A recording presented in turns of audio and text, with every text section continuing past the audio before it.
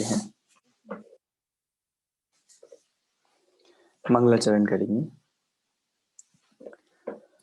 नमो अरिहन्ताणं नमो सिद्धाणं नमो आयर्याणं नमो वज्रायाणं नमो लोके सवसाहुणम्।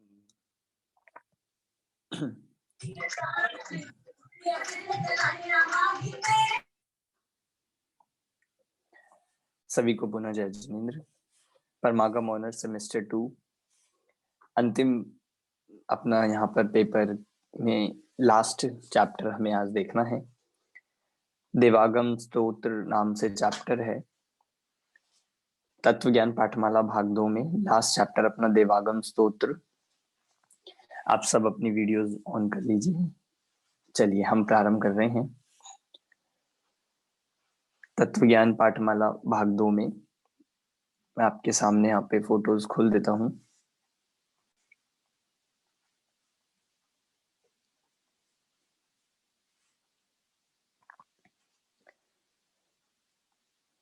हाँ, देवागम स्तोत्र ये जो अपना पाठ है, ये पाठ किसके द्वारा लिखा गया है और किस पुस्तक के आधार से ली गई है, ये चर्चा हम करते हैं।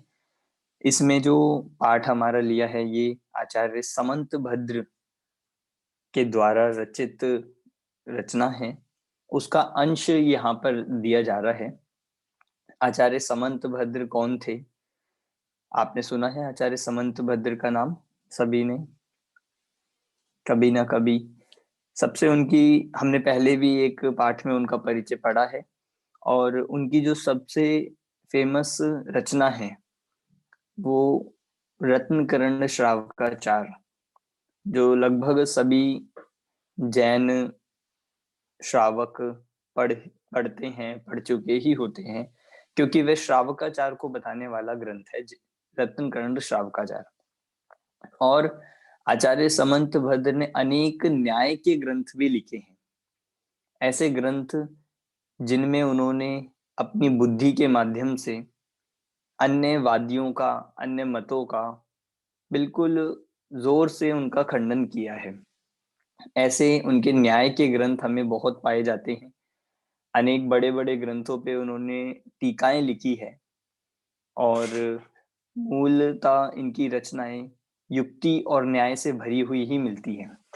आज जो हम पाठ पढ़ने वाले हैं देवागम स्तोत्र, ये देवागम स्तोत्र वाला पाठ भी एक उनकी रचना जिसका नाम ही आप्तमीमांसा है, आप्तमीमांसा कहिए, उसका नाम कहिए, या फिर हम उसे देवागम स्तोत्र भी कह सकते हैं। ये आचार्य समंत भद्र की एक रचना है। इसको आप्तमीमांसा क्यों कहा गया, इसका नाम ही आप्तमीमांसा क्यों रखा गया है, तो इसके पीछे भी कारण है कि आप्त कौन होते हैं। आप्त किसे कहते हैं? आप्त भगवान। भगवान में, और भगवान में भी हम बात कहें जो वीतरागी हो, सर्वज्ञ और हितोपदेशी हो, उन्हें आप्त कहते हैं। तो आप्त की मीमांसा की गई है। और मीमांसा क्या होता है? मीमांसा उनके चरित्र का दर्शन। चारित्र का दर्शन भी हम कह सकते हैं, बट मीमांसा मतलब होता है उसका एनालिसिस करना। मतलब एक तरह से हम उस पे एक थोड़ा खोज कर रहे हैं, रिसर्च टाइप कर रहे हैं, एनालाइज कर रहे हैं कि ये जो आप्त होते हैं ये कौन होते हैं, आप्त के गुण कौन से होते हैं, कौन आज सच्चा आप्त है, आप्त होने के लिए क्या कंडीशंस जरूरी है, ये सब एनालिसिस करना, इसका नाम है मीमांसा। मतलब उसमें बहुत युक्ति से, तर्क से, उदाहरण से इस बात को समझना कि आखिर आप्त कौन होते हैं। तो आप्तमीमांसा ये जो कृति है, इनकी रचना है, उसमें आप्त के बारे में एक ऐसी ही रचना आचार्य विद्यानंदी की है, जिनमें आपने नाम सुना होगा, आप्त परीक्षा, आप्त की परीक्षा। तो ये भी एक ग्रंथ है, वहां भी आप्त की परीक्षा की गई है, कौन सच्चे हैं कौन झूठे हैं। इस तरह से यहाँ पर आप्त की मीमांसा हुई है आचार्य समंत भद्र द्वारा रचित इस आप्त मीमांसा ग्रंथ में। ये पूरा ग्रंथ ही है, संस्कृत भाषा में लिखा गया है। और इस आपमीमांसा ग्रंथ के आधार से कुछ छंद आपके लिए यहाँ पर इस पाठ में दिए जा रहे हैं, जो हम यहाँ पर देवागम स्तोत्र नाम से पढ़ने वाले हैं। ये जो आपमीमांसा रचना है, इसी का नाम देवागम स्तोत्र भी कहा जाता है। क्यों? क्योंकि जो इसका पहला छंद है, पहला छंद, उसमें आप देखेंगे देवागम शब्द से स्टार्ट हुआ है। दिख रहा है आपको? दिख गया सबको? पहला देवागम से स्टार्ट हुआ है, इसलिए इसका नाम ही क्या रख दिया? देवागम स्तोत्र। जो भी स्तोत्र होते हैं, उन सब में इस तरह का नाम रखने का एक प्रचलन होता है। कोई और उदाहरण भी आप दे सकते हैं इसी टाइप में, जो उसका पहला छंद में पहला अक्षर हो वो ही नाम दे दिया? भक्तामर स्तोत्र। भक्तामर स्तोत्र, बिल्कुल सही। कि भक्तामर स्तोत्र में भी यही किया गया कि जो पहला छंद है उसका भी पहला वर्ड, उसी से हमने क्या नाम लिखा गया कि भक्तामर स्तोत्र। ऐसे यहाँ पर देवागम स्तोत्र के लिए भी ये नाम, मतलब हम जो पूरी आपमीमांसा है उसको ही हम ये देवागम स्तोत्र कहते हैं। ये देवागम स्तोत्र 116 कारिका, कारिका कहिए, छंद कहिए, 116 यहाँ पर छंद में लिखी गई है ये देवागम स्तोत्र वाली रचना, जिसमें से हमारे यहाँ पर सिलेबस में सिर्फ हमें 16 छंद यहाँ पर पढ़ने हैं। 16 छंद हमारे यहाँ पर सिलेबस में है। और ये अपनी जो पूरी है, मतलब पूरी ये जो आपमीमांसा ग्रंथ है, ये पूरी पुस्तक है, ये पूरा 116 कारिका में लिखा गया है। तो चलिए हम यहाँ पर प्रारंभ करते हैं। मैं एक बार स्लाइड यहाँ पर खोल देता हूँ।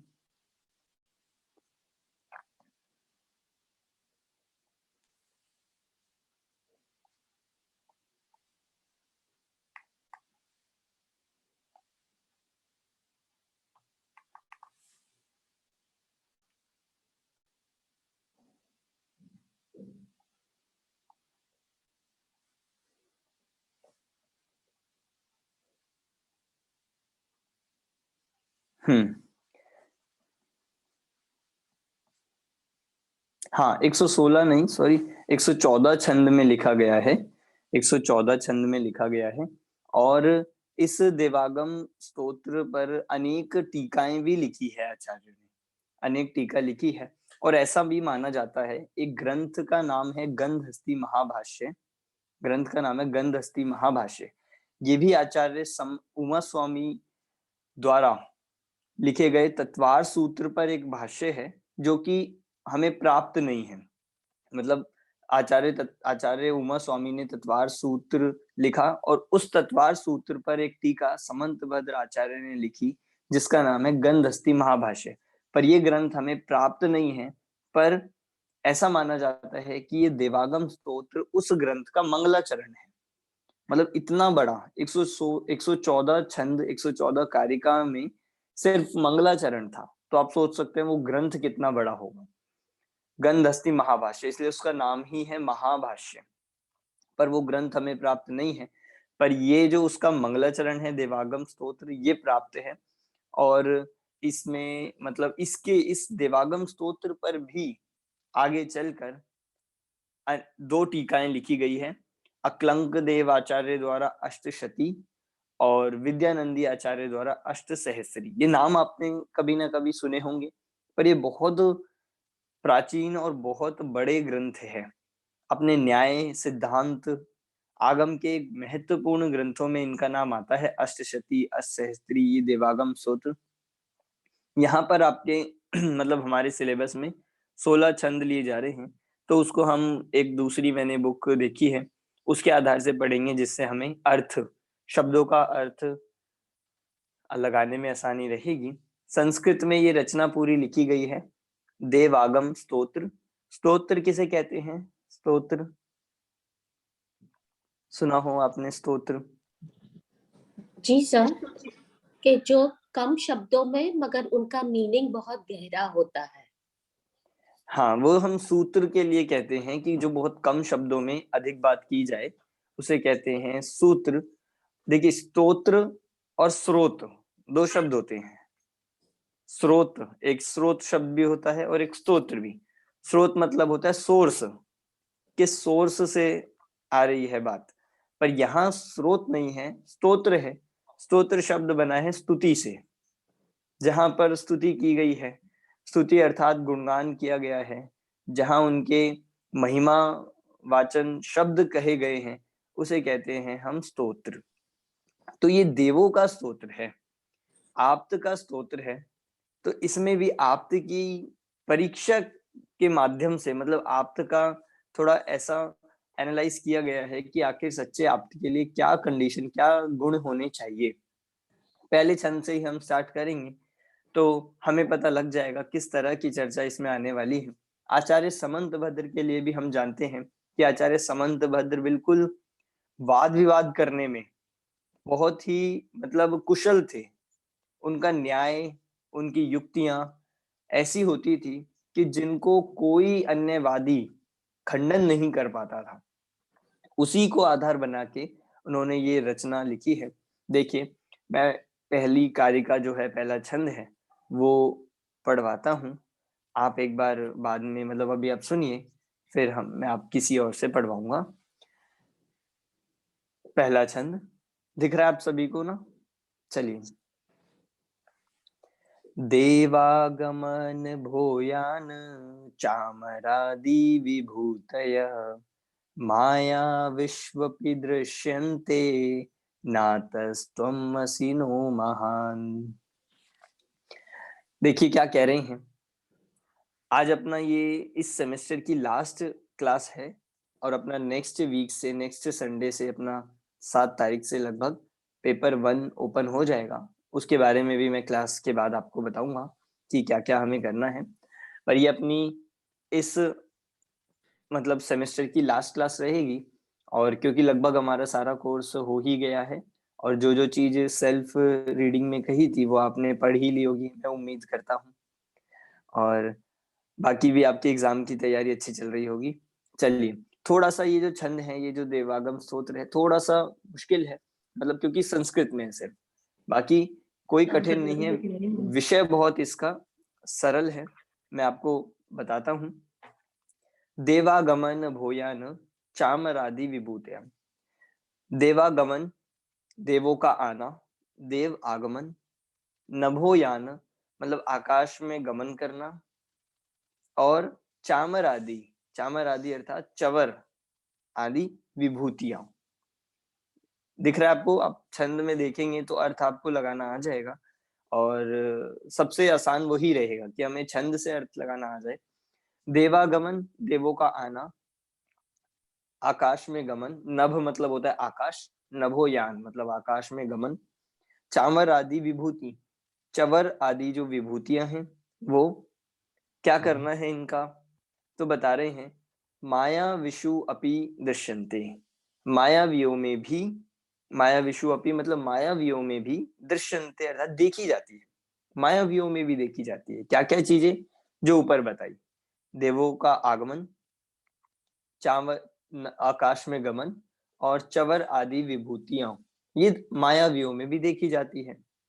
अतः त्वम असि नो महान, अतः हे भगवान, हे देव, हे आप्त, आप हमारे लिए इसलिए महान नहीं हो। अतः अतः मतलब हो गया इसलिए, आप हमारे लिए इस महान नहीं हो। क्या कह रहे हैं इसमें, समझ ही नहीं आया कि ये मायावियों में भी पाई जाती है और इसलिए आप महान नहीं हो। पर देखिए यहाँ पे कम शब्दों में बहुत बड़ी बात कह दी, क्योंकि हमारी चर्चा जो स्टार्ट हुई है वो आप्तमीमांसा पे हुई है, मतलब आप्त कौन होते हैं। तो हमें यहाँ पर खुद याद तो है, पर उस बात को सिद्ध करके आचार्य समंत भद्र बता रहे हैं कि आप्त कौन होने चाहिए, हमें भगवान की महिमा क्यों आती है, हम किन्हें भगवान मानते हैं।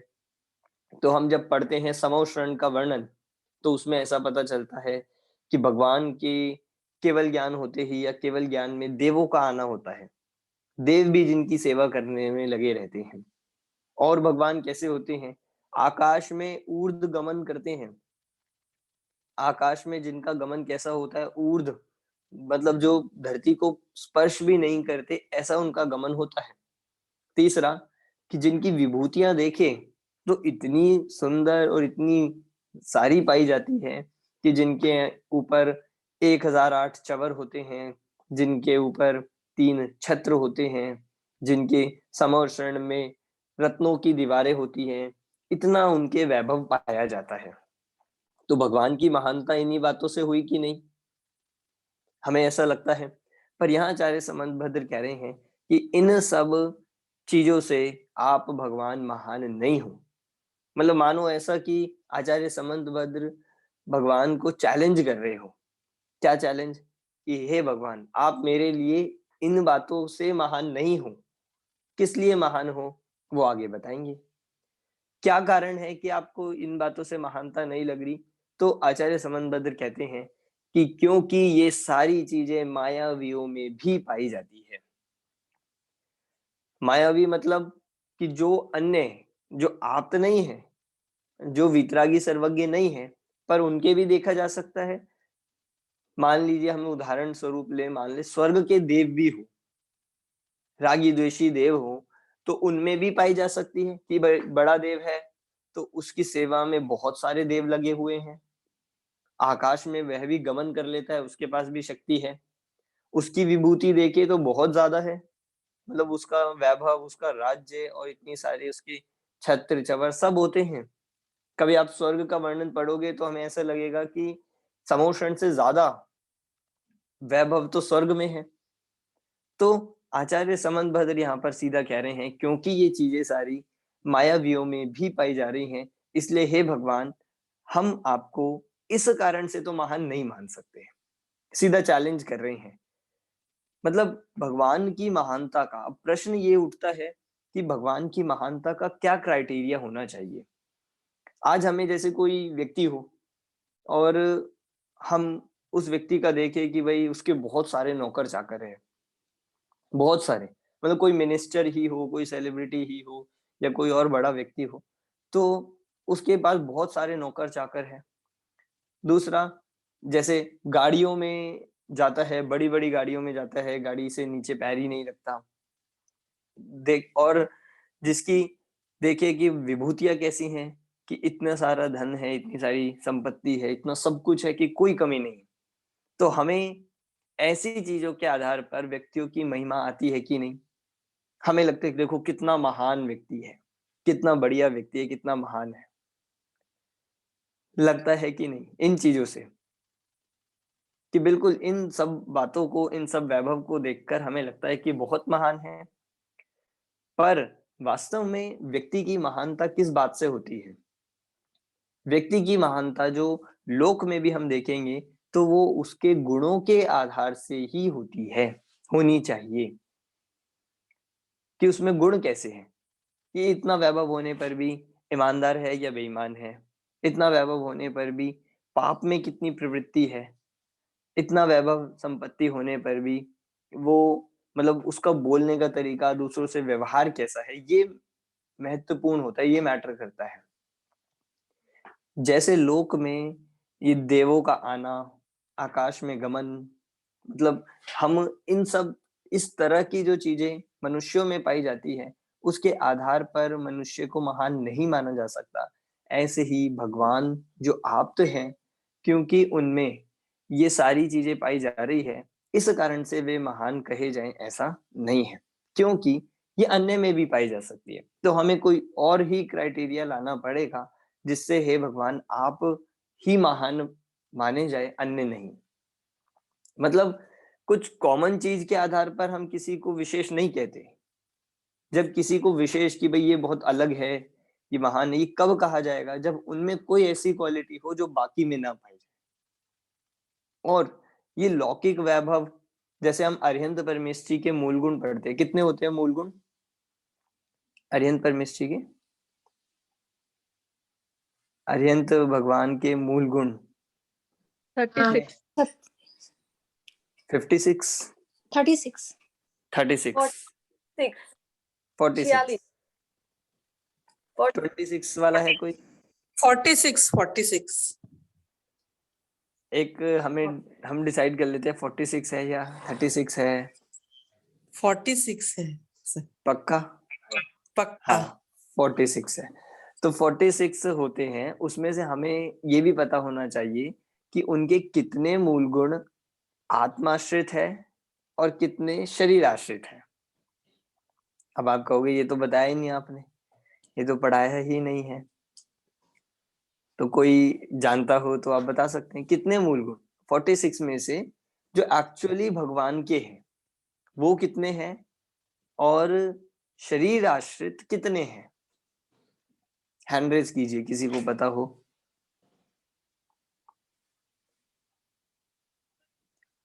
बहुत सिंपल है ये, 46 में से कितने उनके आत्माश्रित और कितने शरीर आश्रित है।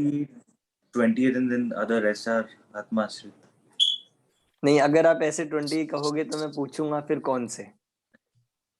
वो तो डिफिकल्ट हो उनके जाएगा। चार आत्मा हाँ के आश्रित है, कौन से चार? बाकी उनका ज्ञान, और दर्शन,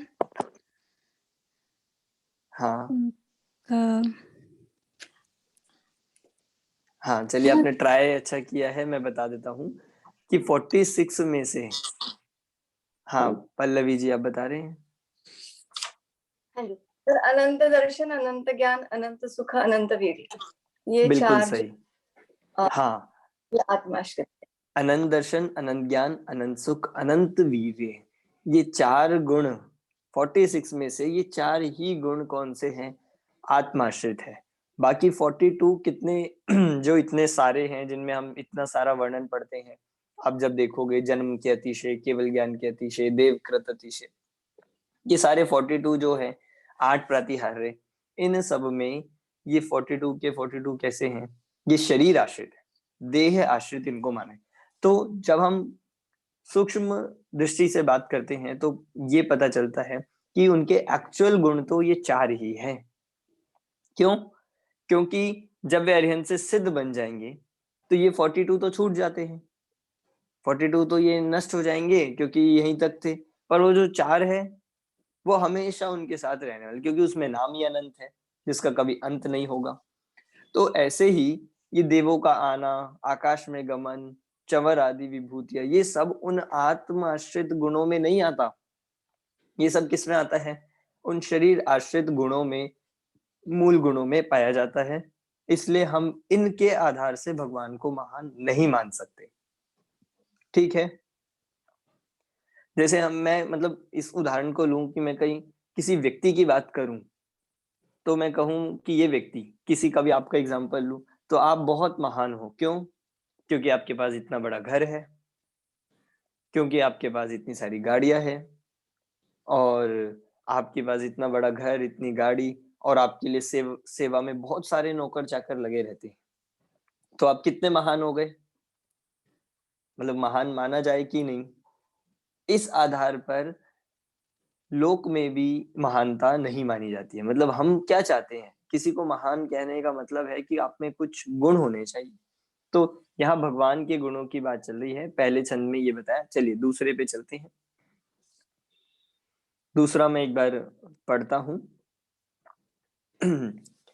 अध्यात्मं बहिरप्येष विग्रहादि महोदया, दिव्यः सत्यो दिवौकस्वप्यस्ति रागादिमत्सु सह।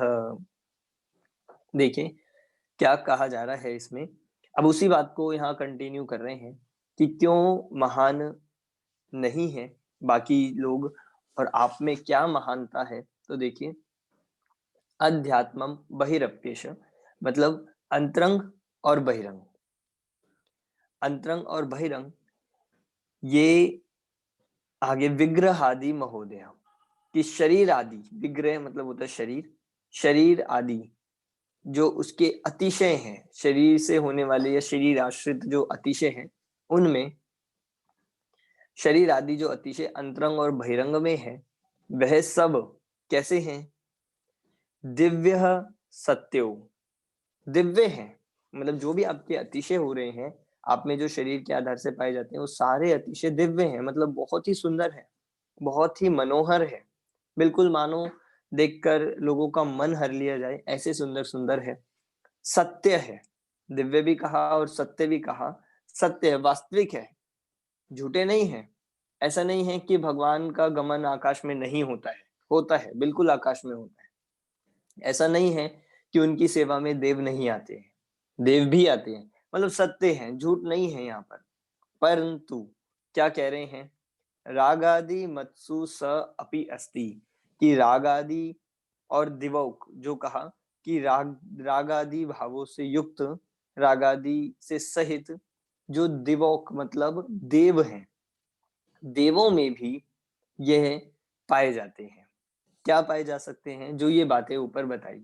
और अभी यहाँ पर भी कहा कि ये जो आपके विग्रह आदि मतलब शरीर के आश्रित जितने भी ये वैभव है, विभूति है, गुण है, ये आपके अंतरंग और बहिरंग में जितने भी है, ये सारे कैसे हैं, दिव्य है, सत्य है, बिल्कुल मनोहर है, परंतु ये राग द्वेष सहित देवों में भी पाए जाते हैं।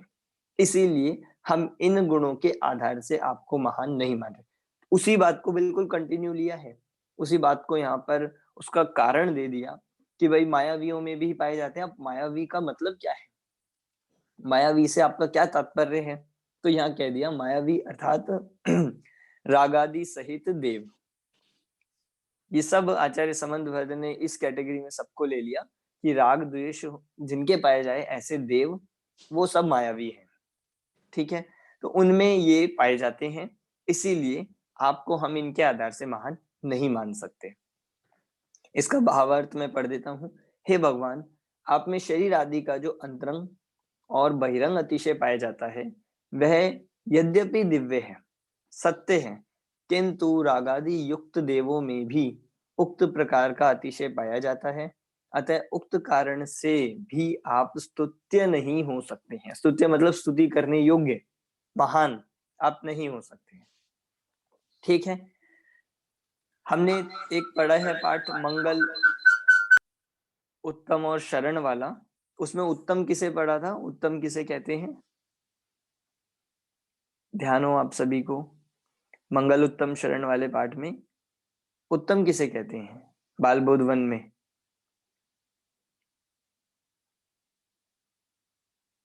भूल गए आप सब। 4 उत्तम है। 4 उत्तम है, ठीक है, पर किसे कहते हैं उत्तम, संगीता जी। भैया जी जो लोक में सर्वश्रेष्ठ हो। हाँ, जो लोक में सबसे महान हो, जो लोक में सर्वश्रेष्ठ हो, उन्हें उत्तम कहेंगे, उन्हें ही महान, उत्तम महान को भी कहा जाता है। तो यहाँ बात हम उत्तम की ही कर रहे हैं, महान की ही कर रहे हैं। तो वो कैसा होना चाहिए, वो लोक में सब सर्वश्रेष्ठ होना चाहिए। हम ये कहें नहीं हमसे तो बढ़िया है, हमसे तो अच्छे है, नहीं, हमसे अच्छे की बात नहीं चल रही, लोक में सर्वश्रेष्ठ। ऐसे ही आकाश में गमन करना, देव जिनकी सेवा कर रहे हैं, ये बात हमसे तो अच्छी है, पर लोक में सबसे महान नहीं है, क्योंकि ये चीजें देवों में भी पाई जा रही है। ठीक है, 2 छंद आ गए ये। तीसरे पे चलते हैं, तीसरा पढ़ता हूं। तीर्थकृत समयानां च परस्पर विरोधता सर्वेषाम् आप्तता नास्ति कश्चिदेव भवेत् गुरु। अब देखिए, अब यहाँ पर और आगे बता रहे हैं कि चलिए हमने ये मान लिया कि हाँ देवों में भी पाई जाती है, पर अन्य मत, अन्य धर्म, अन्य दर्शन जो हैं, वे भी तो धर्म का उपदेश देते हैं। मतलब जब हमने कहा कि चलिए कि वे इन बहिरंग वैभव के आधार पर, बहिरंग विभूति के आधार पर वे महान नहीं हो सकते, इन ये उनका क्राइटेरिया नहीं है, तो ये तो होगा कि वो धर्म सिखा रहे हैं, धर्म का उपदेश दे रहे हैं, इस आधार पे तो आप महान मानोगे, और जिसमें ये पाया जाएगा उसे तो आप तो मानने के लिए तैयार हो कि नहीं। ऐसा जब प्रश्न आचार्य समंत भद्र के सामने हुआ, तो अब देखिए उन्होंने क्या उत्तर दिया। तीर्थकृत समयानाम च, तीर्थकृत अर्थात तीर्थंकर, तीर्थकृत, तीर्थकृत मतलब तीर्थों को करने वाले, और तीर्थों को करने वाले कौन होते हैं, तीर्थंकर। तो तीर्थंकरों में, और समयानाम च, समयानाम मतलब होता है समय, समय किसे कहते हैं, समय एक समय का काल होता है अर्थ, पर समय का अर्थ होता है एक शास्त्र, आगम। तो समयानाम च मतलब आगमों में, शास्त्रों में, तीर्थंकरों में और आगमों में क्या हो रहा है? परस्पर विरोधता, परस्पर विरोध होने से, परस्पर विरोधता अर्थात आपस में विरोध होने से, किस किस में? तीर्थंकर में और आगमों में। क्या होता है ऐसा विरोध होने से? क्या कहना चाह रहे हैं? सर्वेशाम आपदा नास्ति, और सभी के यहाँ, सर्वेशाम अर्थात सभी के यहाँ, आप्तता नास्ति, आप्तता अर्थात आप्तपना, सर्वज्ञपना, नास्ति नहीं है। कारण उसका दे दिया, क्यों नहीं है? क्योंकि तीर्थों में मतलब तीर्थंकरों में और आगम में परस्पर विरोध है, आपस में विरोध। अभी बताऊंगा मैं कैसे विरोध और कौन से तीर्थंकर की बात है। इसीलिए कंक्लूजन क्या दिया, निष्कर्ष? कश्चित एव भवेद गुरु, कश्चित एव मतलब कोई एक ही, भवेद अर्थात हो सकता है, गुरु कोई एक ही गुरु हो सकता है। तो क्या कहना चाह रहे हैं यहाँ पर? 24 तीर्थंकर होते हैं हमारे यहाँ, तो 24 तीर्थंकर में परस्पर में विरोध है क्या कोई? तो ये होगा कि भाई 24 नहीं हो सकते, एक ही सही होगा, ऐसा कुछ कहना चाह रहे हैं क्या यहाँ पर कि नहीं? अब देखो, तीर्थंकर का मतलब सिर्फ हमारे जो तीर्थंकर होते हैं वो ही नहीं, तीर्थंकर मतलब है जो जो भी तीर्थ को करे। तीर्थ मतलब क्या होता है? गए हैं हम सब तीर्थ, कोई ना कोई तीर्थ पर जाते रहते हैं। नरेश जी, तीर्थ का क्या मतलब होता है? तीर्थ जहाँ से भगवान के कुछ कल्याणक हुए हो या वहां पर कुछ विशेष हो, अतिशय हो। हाँ, आपके वहां पे भी एक सिद्धांत तीर्थ, हाँ, क्या है वहां पर? कौन सा कल्याणक हुआ है? वहां तो कल्याणक नहीं है, पंचबालियती है, वहां पर मंदिर है। हाँ, मतलब तीर्थ का मतलब, यद्यपि हम प्राचीन ग्रंथों में देखेंगे तो तीर्थ हम उन्हीं कहते थे जहां से कोई ना कोई भगवान का कल्याणक हुआ हो। पर तीर्थ का अर्थ हम देखें, तीर्थ मतलब होता है जहां से तेरा जाए। सिंपल अगर हम अर्थ देखें, जहां से तेरा जाए उस स्थान को कहा जाता है तीर्थ। ठीक है, तीर्थ मतलब है तिराने वाले, तारने वाले। और जो तीर्थंकर हैं मतलब जिनके निमित्त से, जिनके उपदेश से तिरा जाए, उन्हें कहते हैं तीर्थंकर, मतलब तीर्थ को करने वाले। तो कौन है तीर्थंकर? तो सिर्फ हमारे जो 24 तीर्थंकर है वे तो तीर्थंकर है ही, पर अन्य धर्मों में, अन्य दर्शनों में जो जो उपदेश देते हैं, जो जो उनके गुरु हैं, वे भी उनको क्या मानते हैं? सब तीर्थंकर ही मानते हैं। उन्हें भी क्या कहा जाएगा? उनकी अपेक्षा से वे उन्हें तीर्थंकर मानते हैं। क्यों? क्योंकि वो उनको तिरने का उपदेश दे रहे हैं। तो यहाँ जो तीर्थंकर की बात चल रही है, यहाँ पर हमारे 24 तीर्थंकर की बात नहीं कर रहे हैं। यहाँ तीर्थंकर शब्द लिया है बाकी सभी तीर्थंकर, जो अन्य मतियों के गुरु हैं, उनके जो प्रवर्तक हैं, उनको जो धर्म का उपदेश देने वाले हैं, वे सब भी कौन है? तीर्थंकर है। तो उन तीर्थंकरों में और आगमों में, आगम अर्थात शास्त्र, उन्हीं के शास्त्र, उन तीर्थंकरों में और उन्हीं के शास्त्रों में क्या है? तो कह रहे हैं परस्पर विरोधता, आपस में क्या है? विरोध है। मतलब सिंपल सी भाषा में कहें कि उनके ग्रंथों में लिखा कुछ है और वो बताते कुछ है। कभी कुछ लिखते हैं, कभी कुछ बताते हैं, या फिर उपदेश में भी कभी कुछ बताते हैं, कभी कुछ बताते हैं। उनके शास्त्रों में तो लिखा है कि हिंसा नहीं करनी चाहिए और उपदेश दिया जाता है बलि आदि चढ़ाने का। उनके शास्त्रों में तो सर्व मैत्री, अहिंसा का उपदेश दिया, पर वे उपदेश क्या देते हैं कि युद्ध करो, मारो, कर्म करो इत्यादि, वे चर्चा इस तरह की उपदेश देते हैं। अभी मैं बिना नाम लिए आप समझ जाइए, कितने भी ऐसे तीर्थंकर हो जो अन्य मतों के गुरु हो, प्रवर्तक हो, और उनके शास्त्रों में परस्पर में विरोध है। इसीलिए जो परस्पर में विरोध वाली बात है वो हमें स्वीकार नहीं है, क्योंकि हमारे तो शास्त्रों का एक लक्षण ही है कि इसमें क्या होगा? आपस में विरोध नहीं होगा। विरोध जो अविरोधी होते हैं उन्हीं को हम सच्चे शास्त्र मानते हैं। पर यहाँ क्या है, परस्पर में बहुत विरोध है। हम 2 ग्रंथों की तो बात छोड़िए, एक ही ग्रंथ में पहले आएगा ऐसा अहिंसा रखो, पहले आएगा किसी को मारो मत, दया करो, और फिर आगे उसी ग्रंथ में क्या कहेंगे कि भगवान को, देव को प्रसन्न करने के लिए बलि चढ़ानी चाहिए, उन्हें उन्हें ऐसा ऐसा करना चाहिए। तो ये परस्पर में विरोध हो गया। पर हमारे जो जैन शास्त्र है उनमें क्या होता है, कोई विरोध नहीं है। दूसरी बात, हमारे जो शास्त्रों में है वही तीर्थंकरों का उपदेश है। तीर्थंकर कुछ खुद से, कुछ मन से नहीं देते। जो इस परंपरा में आया है, जो शास्त्रों में आया है, वही उपदेश देते, इसीलिए वहां कोई विरोध नहीं है। और अन्य सभी धर्मों में, अन्य मतों में इस तरह का विरोध पाया जाता है। अब देखिए, हो सकता है हमें विरोध ना पता हो, क्योंकि ये हमें तब पता चलेगा जब हम दूसरे धर्मादि मतों को पढ़ेंगे, उनके बारे में जब थोड़ा जानेंगे। तो किसी ने फिलॉसफी पढ़ी हो या ना भी पढ़ी हो, पर यहाँ ये बता दिया कि उनमें, उनके उपदेशों में और उनके ग्रंथों में आपस में विरोध होने से, इसीलिए वे आप्त नहीं है, सर्वज्ञ नहीं है। सब तो सर्वज्ञ हो नहीं सकते। सब सर्वज्ञ हो जाएंगे तो फिर वही हो जाएगा कि सब भगवान ही बराबर हो गए। इसलिए कह रहे हैं कोई एक ही गुरु हो सकता है। समझ आया ये अजय जी, इसमें जो बात कही? चलिए अगले की तरफ चलते हैं। किसी को कोई समझ नहीं आ रहा हो तो आप पूछ सकते हैं बीच में, हम उस पे बता देंगे। सर यहाँ पे ये बोलना चाहिए ना कि सिर्फ इसलिए मतलब पूजनीय नहीं है, एक वो लाइन। हाँ, वो बात हमने पहले और दूसरे छंद में देख ली कि सिर्फ इसलिए ये चीजें पाई जाती है इसलिए वो पूज्य नहीं है।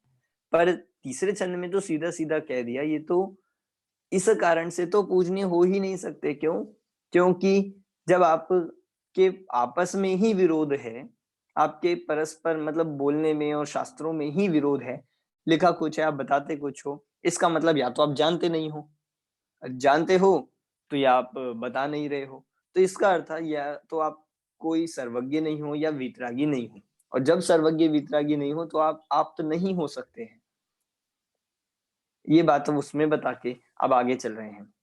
देखिए चौथे नंबर का छंद, अब यहाँ पर क्या कह रहे हैं, और जब ये बात हो गई कि हाँ सब में विरोध, आपस में विरोध पाए जाने से वे महान नहीं हो सकते हैं, तो अब कह रहे हैं कि चलो कौन होगा फिर महान, कैसे हो सकता है? तो अब इसमें चौथे में बता रहे हैं, दोषावर्ण योरहानि निशेषा सतिशायनात् क्वचिद्यथा स्वहेतुभ्यो बहिरंतर्मलक्षय। देखिए क्या इस छंद में आ रहा है, बहुत एक अच्छा उदाहरण से इस बात को समझा रहे हैं। दोषावरण योरहानि, दोष और आवरण, दोष और आवरण दो चीज ली यहाँ पर। क्या क्या है ये दोष और आवरण? दोष में ले रहे हैं मोह, राग और द्वेष। दोष में क्या क्या? मोह, राग और द्वेष के दोष, और आवरण अर्थात ज्ञानावर्णी, दर्शनावर्णी के आवरण। ठीक है। अब दोषों के मिटने पर व्यक्ति क्या बनता है? हमने गुण स्थान वाले चैप्टर में पढ़ा था।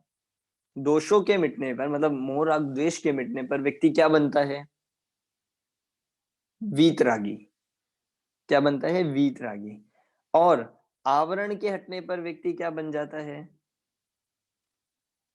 सर्वज्ञ। बिल्कुल सही। दोषों के हटने पर वीतरागी बनता है, आवरण के हटने पर सर्वज्ञ बनता है। अब देखना ये बिल्कुल लॉजिक से सिद्ध कर रहे हैं यहाँ पर कि जैसे किसी के दोषों में और आवरणों में हानि देखी जा रही है, हानि मतलब घटना, और कैसी हानि कि पहले इतने थे, फिर इतने हो गए, फिर इतने हो गए, फिर इतने हो गए, इतने हो गए, तो ऐसी घटती हुई उनमें देखी जा रही है। उनके दोष भी घटते जा रहे हैं, आवरण भी घटता जा रहा है, घटता घटता जा रहा है। तो इस घटने से हमने क्या अनुमान लगाया, क्या अनुमान लगा सकते हैं कि जैसे दोषों की ऐसी हानि हो रही है, इसका अर्थ है कि दोष और इन आवरण का पूरा अभाव भी संभव है। मतलब हम किसी चीज को जैसे अनुमान से लगाते हैं ना, जैसे मान लीजिए जब कोरोना के केसेस कम होते हैं, अभी तो बढ़ रहे हैं, तो जब कम होते हैं तो कम होते हुए हम क्या अनुमान लगाते हैं कि मान लो एक दिन आए 2000, फिर आए 1000, फिर आए 500, फिर 400, 300 ऐसे। तो ये जो घटती हुई हानि हो रही होती है, फिर हम क्या अनुमान लगा देते हैं कि हाँ एक ना एक दिन तो आएगा, क्या होगा कि ये पूरे जीरो हो जाएंगे। ये जब ऐसा उसमें बिल्कुल डिक्रीज हो, उसमें ऐसा घटना हो, दिख रहा हो, तो उससे क्या अनुमान लगाया जा सकता है, क्या सिद्ध होता है कि इसकी पूरी हानि, संपूर्ण हानि भी होगी, हो सकती है, ये सिद्ध होता है। तो ऐसे ही यहाँ पे कह रहे हैं, उदाहरण दिया एक, जिस प्रकार अपने कारणों से बहिरंग मल और अंतरंग मल का नाश होता है। मतलब जैसे हम कहे सोने की बात ले, जैसे सोना है खान में, पूरा अभी स्वच्छ होने पर भी उसमें कालिमा है, उसमें गंदगी है, पाई जाती है। तो उसको क्या किया जाता है, सोने को आपको पता होगा, उसका जो प्रोसेस होता है उसको तपाया जाता है, उसको अग्नि में गर्म किया जाता है, और उस तपाने में क्या होता है कि आप जितना जितना तपाओगे उतना क्या होगा, शुद्ध सोना बनता जाएगा। प्रोसेस वाइज है, मतलब जिसको हम बोलते हैं कि भाई इतना कैरेट, इतना कैरेट, ये जो बोलते हैं, ये सब किस बेसिस पे है कि जितनी जितनी उसमें तपाया गया है, जितनी उसमें शुद्धता निकल कर आई है, उतनी उतनी उसमें मलिनता नष्ट होती चली गई है। तो जहां ऐसे घटती हुई अशुद्धता देखी जा रही है, तो उसका अनुमान, उसका अर्थ क्या निकाला जाता है कि एक ना एक दिन इसमें से पूरी मलिनता भी नाश हो सकती है। ठीक है, ऐसे ही आत्मा में जिनके थोड़े से दोष और आवरण नष्ट हो रहे हैं और घटते चले जा रहे हैं, अतिशय हानि, मतलब घटते हुए अतिशय हानि इसे कहा कि बहुत स्पीड से, या फिर हम कहे बहुत ही ज्यादा घटते चले जा रहे हैं, तो इससे क्या सिद्ध होता है कि इनका पूर्ण अभाव, निश्शेष हानि भी इनकी कैसी है, संभव है। तो अतिशय रूप से जो घट रहे हैं, ऐसा उनके उसमें भी संभव। तो ये जीव पे लगाइए, जो हम जीव की बात कर रहे हैं कि कौन महान हो सकता है, कि वो ही महान हो सकता है जिसके दोष और आवरण घटते चले जा रहे हैं। और हम आप तो किसे कहते हैं कि जिसमें कोई भी ना तो दोष हो और ना ही किसी प्रकार का आवरण हो, मतलब वितरागी भी हो और सर्वज्ञ भी हो। तो ये हमने, क्योंकि हमने कोई सर्वज्ञ देखा तो नहीं है, पर हमने ऐसे व्यक्ति जरूर देखे हैं कि जिनके दोष घट गए हैं, जैसे मुनिराज। ऐसे व्यक्ति जरूर देखे हैं कि जिनका ज्ञान आवरण घट गया है, जैसे मुनिराज। तो मुनिराज से या किसी ऐसे व्यक्ति से देख के क्या अनुमान लगा रहे हैं कि इन दोषों का पूर्ण रूप से भी अभाव संभव है, और वही व्यक्ति आप्त होगा। समझ आई ये बात? ये वाला छंद जो चौथे नंबर का बता रहे हैं, कोई इसमें प्रश्न हो तो आप पूछ सकते हैं। दोषावरण योर हानि, दोष और आवरण की हानि निश्शेष, मतलब निश्शेष मतलब सर, एक संपूर्ण रूप से। हाँ, इसमें ये है, तो जैसे जैसे शुद्धि होती जाएगी वैसे वैसे इसकी प्रोग्रेस हो जाएगी, मतलब कंप्लीट होने के लिए। तो जैसे अपन बोलते हैं कि दोष कम होते जा रहे हैं या आवरण हटता जा रहा है, तो वीतरागता बढ़ती जा रही है, और ऑटोमेटिक सब चीजें बढ़ती। हाँ, हो जैसे बढ़ती जाएगी, तो बढ़ने से हम क्या अनुमान लगा रहे हैं कि एक ना एक दिन ऐसा होगा जब पूर्ण वितरागता हो जाएगी। एक ना एक दिन क्या होगा जब पूर्ण दोष मिट जाएंगे। तो उस जिसके पूर्ण होगा, देखिए आप तो वही होता है जिसके पूर्ण दोष मिट चुके हैं और जो पूर्ण वितरागी और सर्वज्ञ हो गया है। पर हमें आप तो नहीं दिख रहा अभी, कोई है क्या? कोई नहीं है। तो हमने आप तो होते हैं, इस बात को सिद्ध करना है। कैसे सिद्ध कर रहे हैं? तो हमने ये वहां पे लॉजिक दिया, यहाँ पे आचार्य समंतबद्ध ने, कि क्योंकि दोषों के अभाव देखा जा रहा है और हानि देखी जा रही है, अतिशायन देखा जा रहा है, तो इसका अर्थ ही क्या है कि दोष एक ना एक दिन पूरे मिट सकते हैं, और मिटते हैं, और जिसके मिटते हैं वो ही आप्त सिद्ध होता है। तो लेकिन इसमें वो क्वेश्चन नहीं आया ना, मतलब ऐसे काउंटर क्वेश्चन की, मतलब चैलेंजिंग वाला, वो कैसे हुआ इसमें? इसमें मतलब वो चैलेंजिंग तो स्टार्टिंग में लिया था, और यहाँ तो अब थोड़ा और उसके डीप में आगे जा रहे हैं। जब पहले नास्ती से बता दिया कि आप किस लिए महान नहीं हो, तो यहाँ ये अगर हम क्वेश्चन उठाएंगे तो ये है कि दोषों की हानि और आवरण की हानि, मतलब दोषों का घटना और आवरण के घटने से ही व्यक्ति महान है, ये उसका क्राइटेरिया होना चाहिए। अब प्रश्न ये अगर इसमें उठाया जाए कि भाई हमें तो कोई नहीं दिख रहा ऐसा व्यक्ति, तो फिर उसके लिए आचार्य समंतभद्र ने ये बात कही है कि क्योंकि आपको दोषों की हानि तो दिख रही है और हानि दिख रही है, इसका अर्थ ही क्या होगा कि दोषों का अभाव भी होगा। और हम ये जानते हैं जैसे जैसे राग द्वेष कम होते हैं वैसे वैसे वीतरागता बढ़ती चली जाती है, वैसे वैसे ज्ञान बढ़ता है। राग द्वेष कषाय कम होना और ज्ञान का बढ़ना ये दोनों इनवर्सली है बिल्कुल। तो इस तरह से ये बात यहाँ पर युक्ति से सिद्ध की है। ठीक है, चलिए पांचवें छंद की तरफ चलते हैं। पांचवा छंद क्या है यहाँ पर? अब पांचवें छंद में और छठवें छंद में यहाँ पर एक बहुत ही विशेष प्रकरण आ रहा है जिसका नाम है सर्वज्ञ सिद्धि। सुना होगा आपने कभी सर्वज्ञ सिद्धि नाम से। तो ये क्या है यहाँ पर सर्वज्ञ सिद्धि के प्रकरण में? पांचवें और छठवें छंद में ये बात बताई जाएगी, सर्वज्ञ की सिद्धि की जा रही है, मतलब उसको प्रूव किया जा रहा है, क्योंकि आप्त का एक गुण सर्वज्ञता भी है। वीतरागता की बात ऊपर बता दी, अगर हम कॉमन लगा ले कि क्योंकि आवरणों की दोष की हानि की बात है तो वो वीतरागता के लिए हो गई। यहाँ पर सर्वज्ञता की सिद्धि की जा रही है कि हाँ सर्वज्ञ होते हैं। देखिए दो तरह की सर्वज्ञ सिद्धि होती है, एक होती है सामान्य सर्वज्ञ सिद्धि और एक होती है विशेष सर्वज्ञ सिद्धि। सामान्य सर्वज्ञ सिद्धि होती है कि हाँ कोई व्यक्ति सर्वज्ञ हो सकता है, इस बात को प्रूफ करना। क्योंकि अभी तो आप देखो ये सर्वज्ञ का जो कॉन्सेप्ट है ये जैन धर्म के अलावा अन्य लोग मानते ही नहीं है। जिस तरह से जैन मानते हैं इस तरह से तो कोई नहीं मानता। थोड़ा बहुत जो जानते भी है वो ये मानते हैं कि हाँ भगवान सब जानते हैं, सब जानते हैं। भाई सब में क्या है? तो वो जितना विशेष जैन धर्म बताता है कि द्रव्य के गुण पर्याय, भूत भविष्य वर्तमान, ऊर्ध्वलोक मध्यलोक अधोलोक, एक समय एक साथ युगपत जाने, उन्हें सर्वज्ञ कहते हैं। तो जब अन्य मत अन्य दर्शन इस तरह की बात सुनते हैं तो उन्हें बिल्कुल ही विश्वास नहीं, मतलब ये बात लगता ही नहीं है कि कोई ऐसा सर्वज्ञ भी हो सकता है। तो सामान्य सर्वज्ञ सिद्धि में पहले ये सिद्ध किया जाता है कि हाँ सर्वज्ञ होते हैं, हो सकते हैं।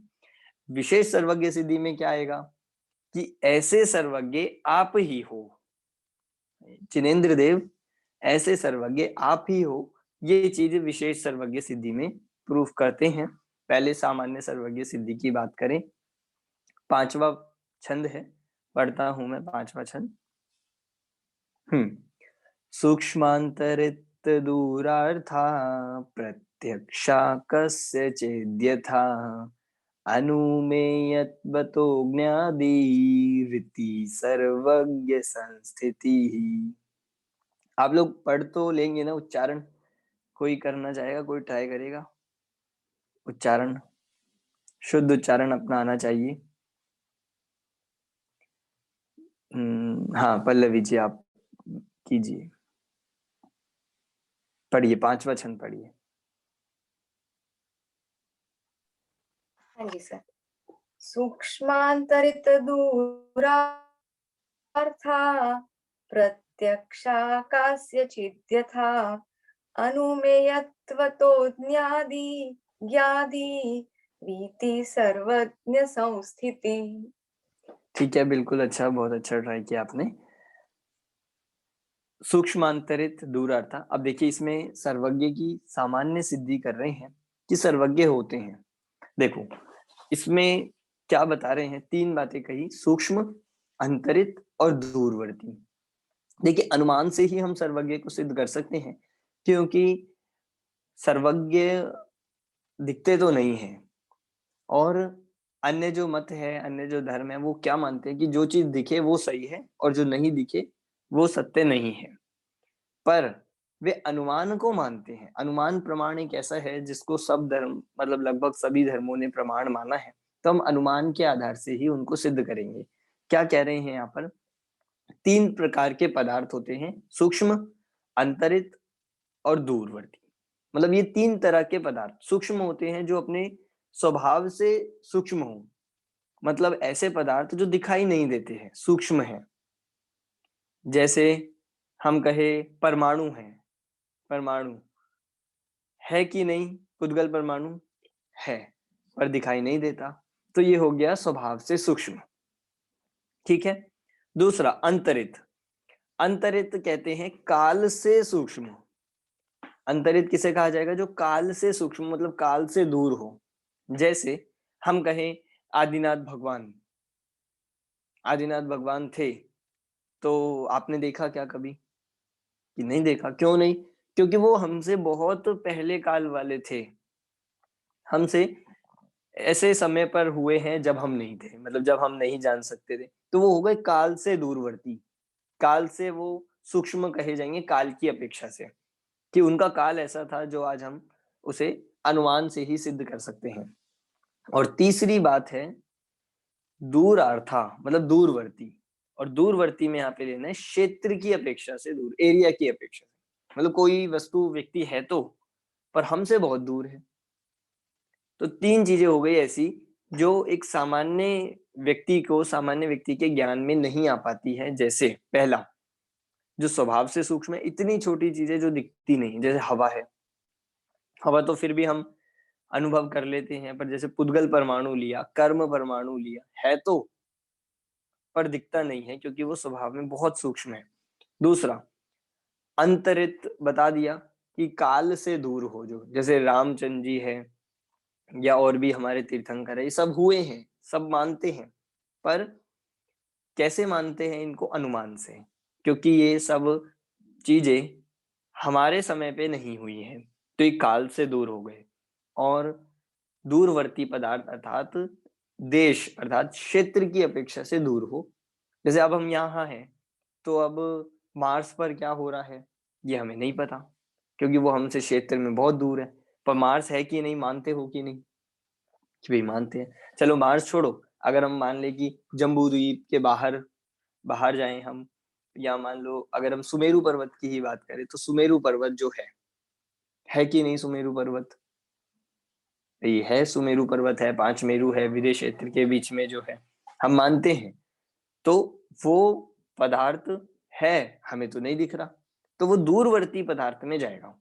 दूर है ना हमसे बहुत, जहां तक हम नहीं पहुंच सकते हैं, पर हो ही नहीं ऐसी बात नहीं है।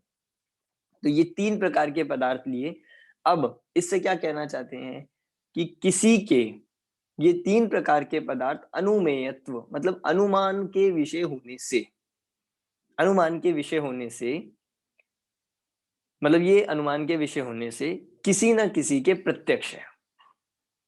अब देखो यहाँ पे थोड़ा सा हमें समझना है कि जो 3 प्रकार के पदार्थ है, ये अगर कोई व्यक्ति जान ले तो वो सर्वज्ञ हो जाएगा। ठीक है, ये जान ले। तो ये तीनों प्रकार के पदार्थ हम तो कैसे जान रहे हैं? अनुमान से। पर कोई ना कोई व्यक्ति इनको प्रत्यक्ष भी जान रहा है। जैसे जैसे हम तो आज रामचंद्र जी या आदिनाथ भगवान इनको नहीं जान पा रहे, पर जो उनके समय पे थे उनके लिए तो वो सारी चीजें क्या थी? प्रत्यक्ष थी।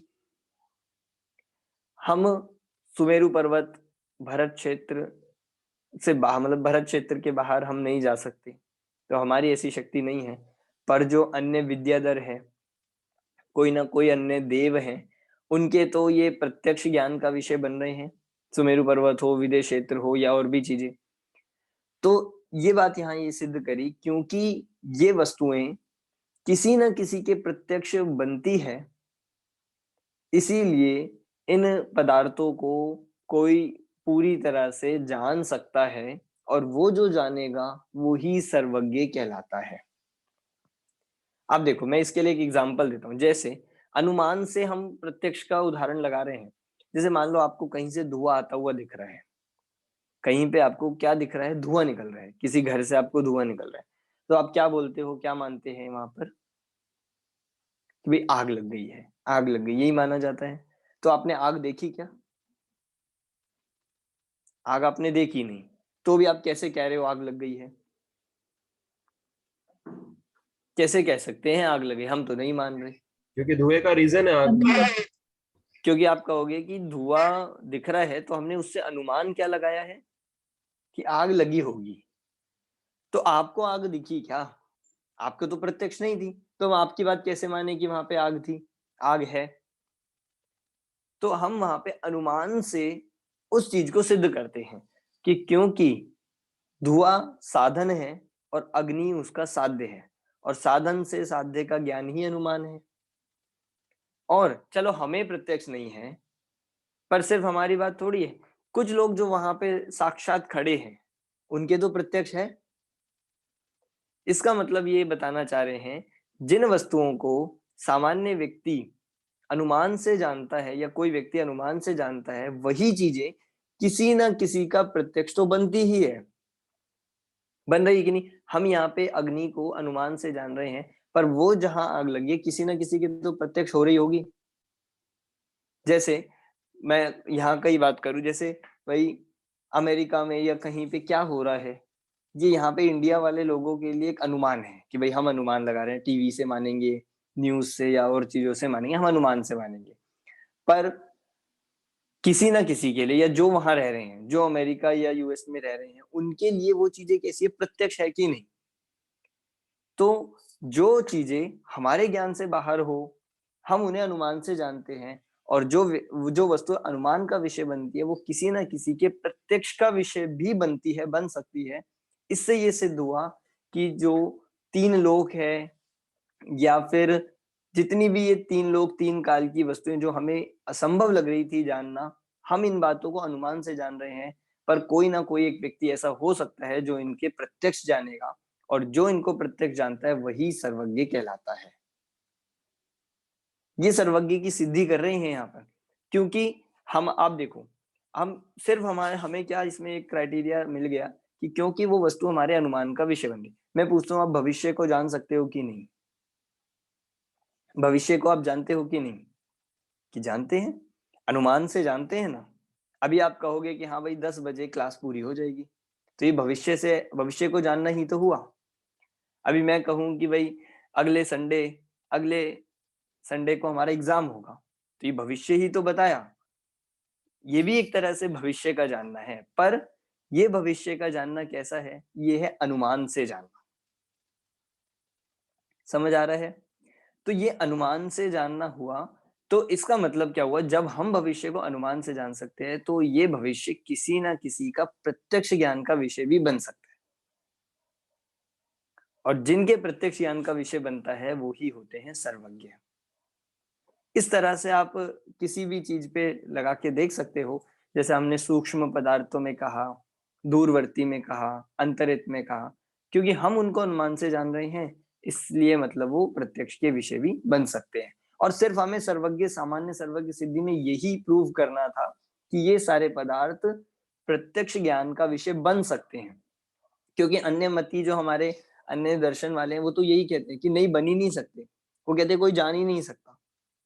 पर हमने यहाँ पर ये कहा, जब हम ही अनुमान से जान सकते हैं, तो कोई जो विशेष ज्ञान वाला होगा वो क्यों नहीं जान पाएगा?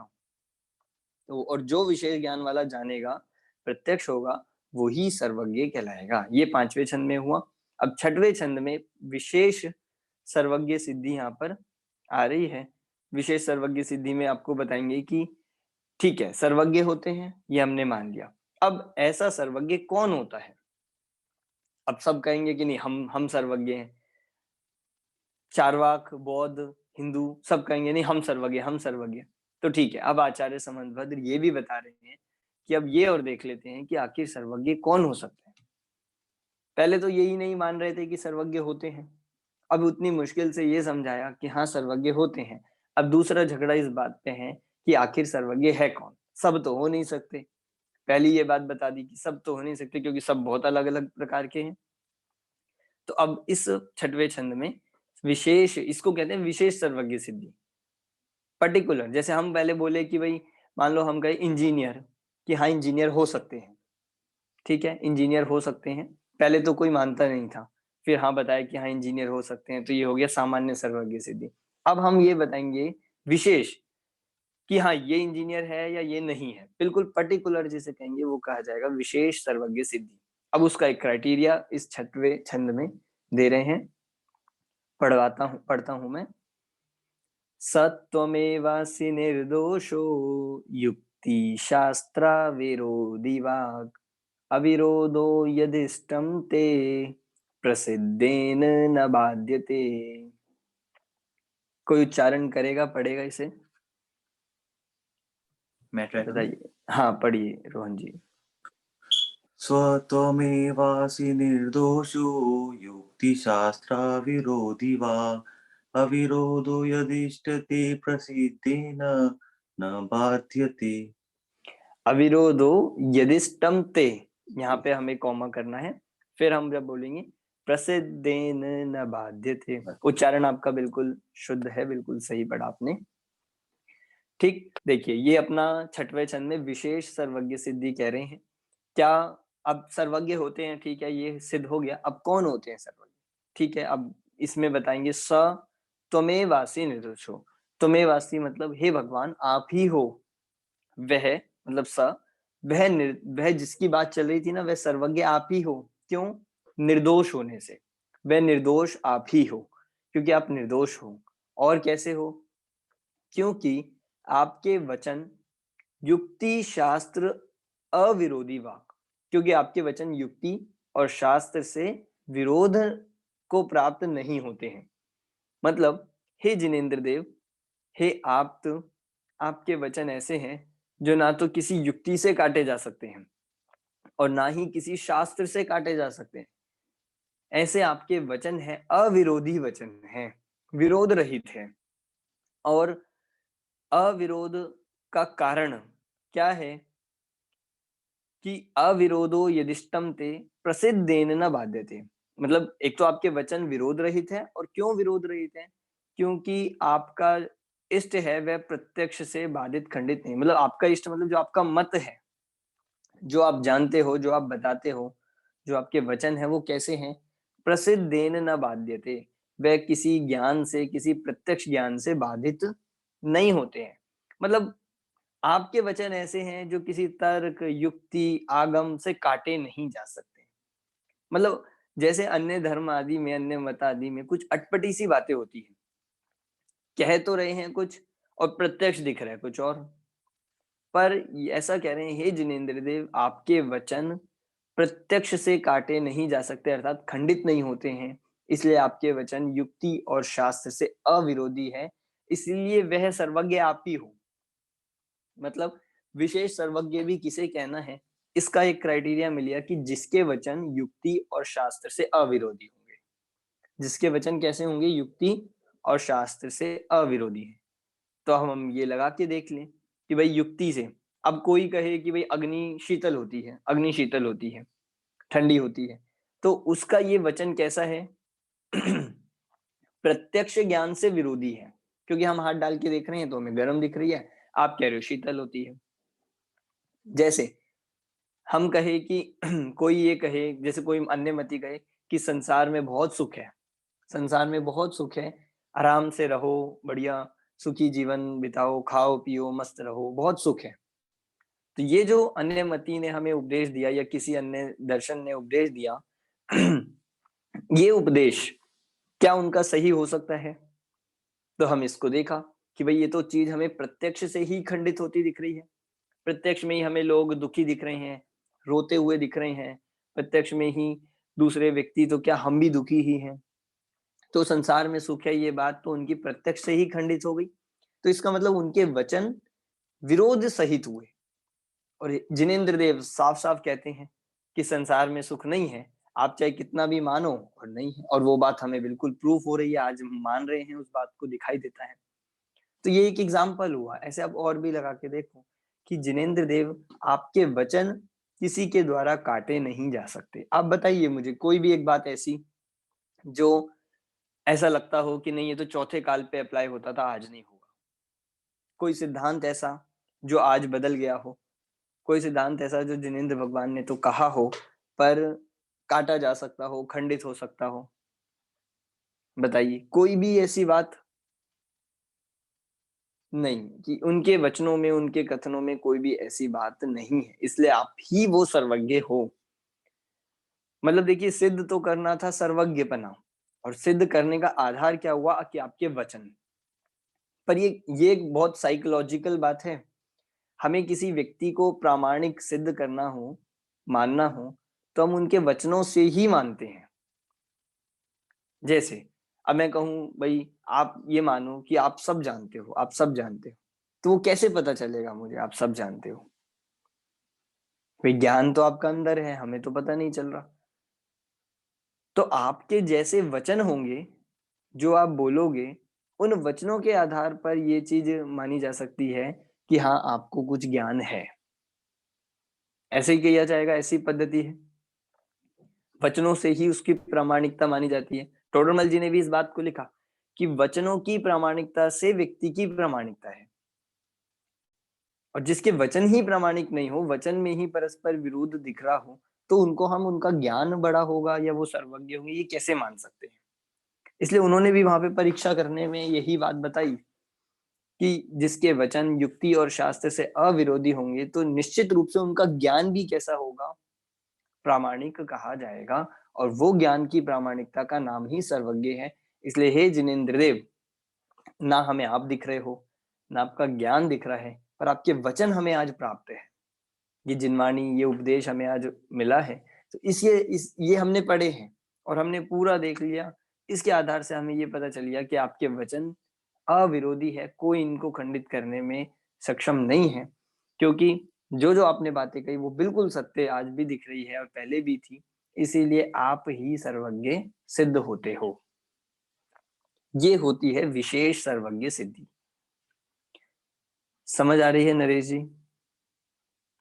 मतलब तर्क से, युक्ति से यहाँ पर सिद्ध कर रहे हैं, क्योंकि सर्वज्ञ होते हैं ये सिर्फ हम ही तो मानते हैं, बाकी लोग कैसे मानेंगे? इन युक्ति से माने जाते हैं। तो ये सर्वज्ञ की सिद्धि यहाँ पर छठवें छंद में, 5वें और 6वें में की गई। सर सॉरी सर, एक बार आप वो रिपीट करोगे? वचनों की प्रामाणिकता से, वचनों की प्रामाणिकता से ही पुरुष मतलब व्यक्ति की प्रामाणिकता होती है। व्यक्ति की, हाँ जी।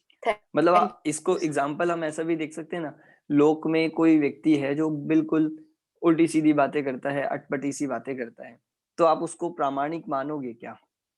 कभी कुछ कहता है, कभी कुछ कहता है, कभी कुछ बोलने लगता है, कभी कुछ, तो उसको तो लोक में ही प्रामाणिक नहीं माना जा सकता। भगवान कैसे मान ले हम?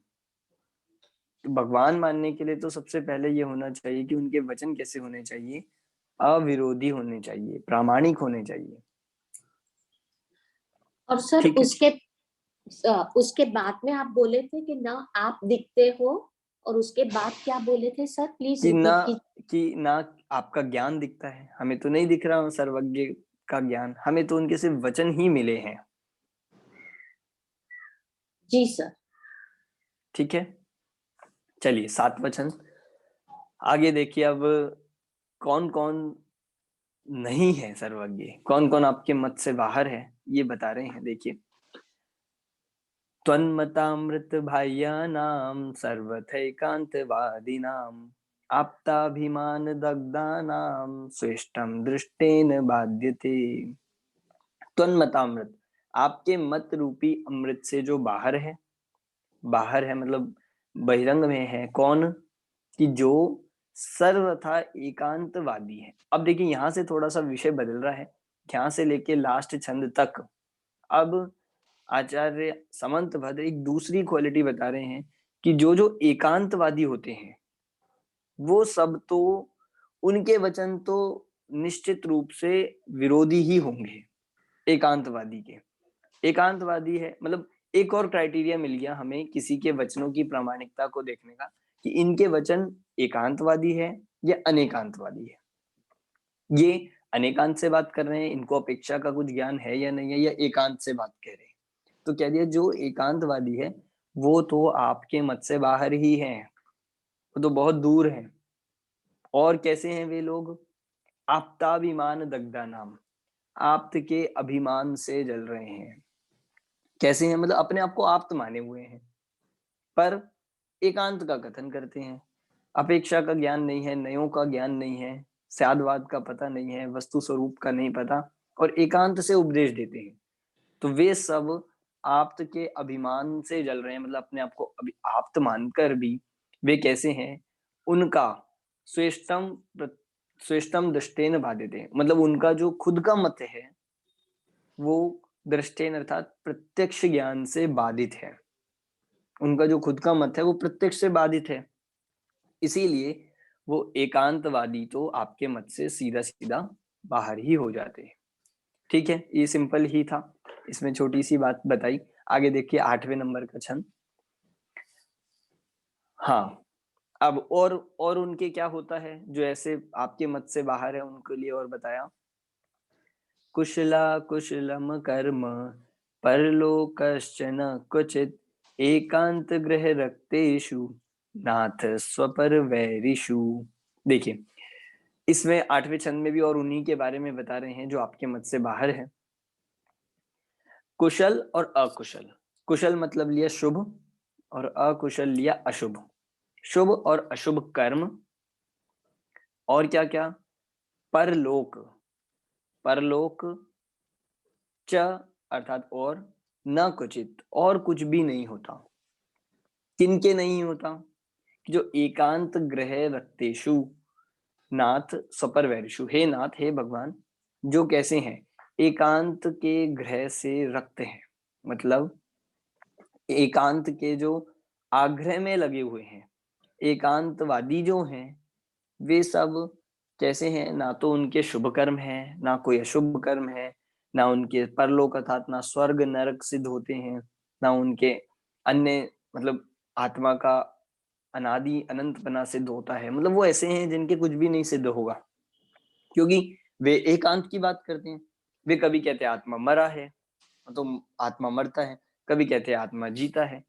तो इस तरह से एकांत यदि कहेंगे तो कुछ भी सिद्ध नहीं होगा, ना कर्म सिद्ध होंगे, ना स्वर्ग लोक सिद्ध होंगे।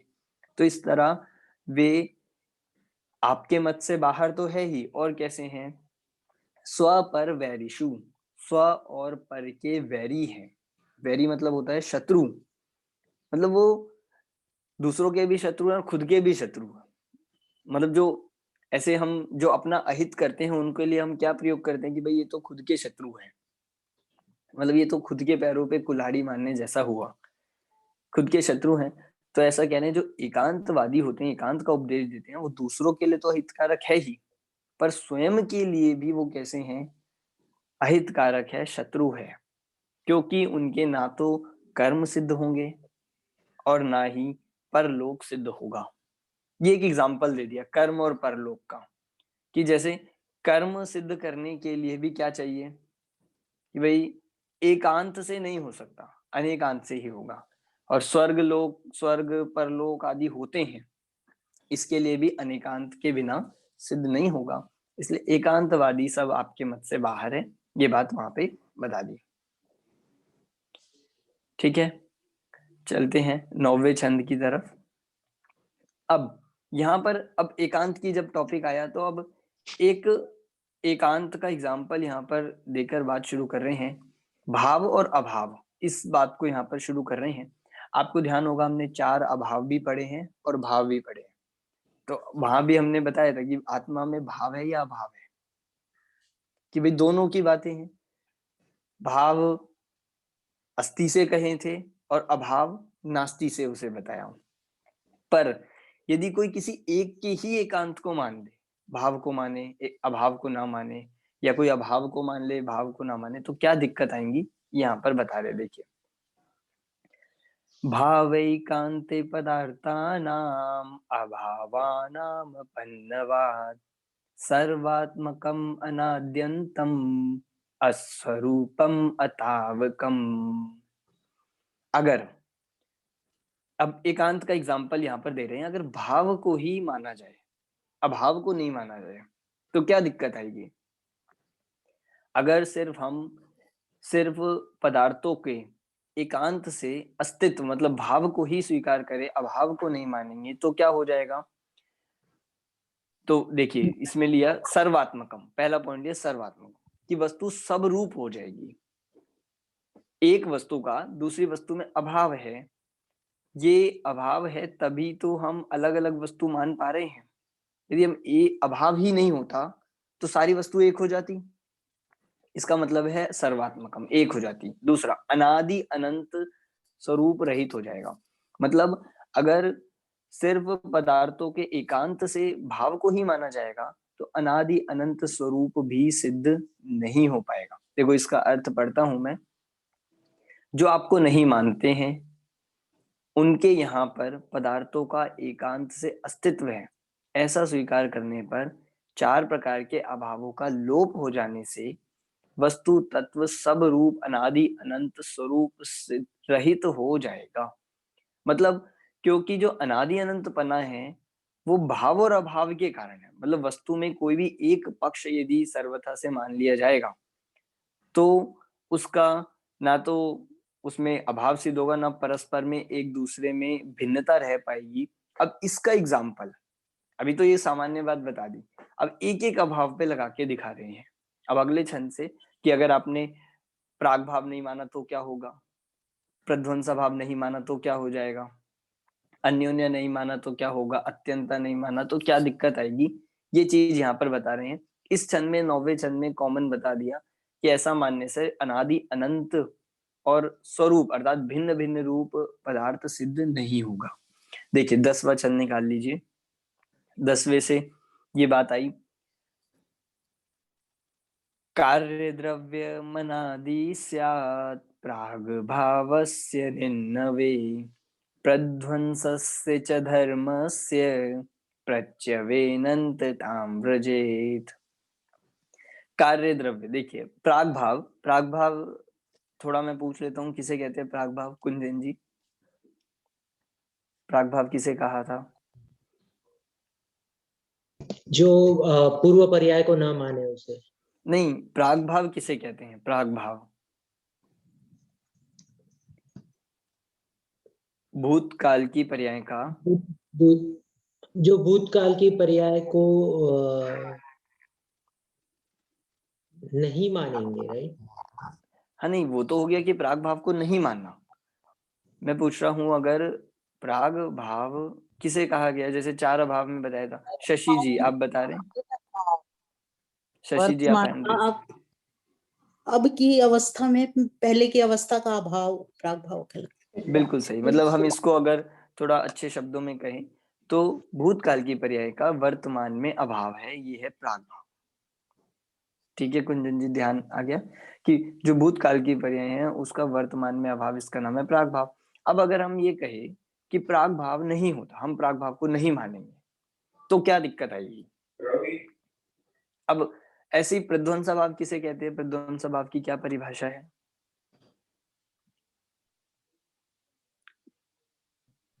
हाँ मधु जी बताइए। सर वर्तमान में भविष्य का अभाव। वर्तमान में भविष्य की पर्याय का अभाव, ये हो गया प्रध्वंसा।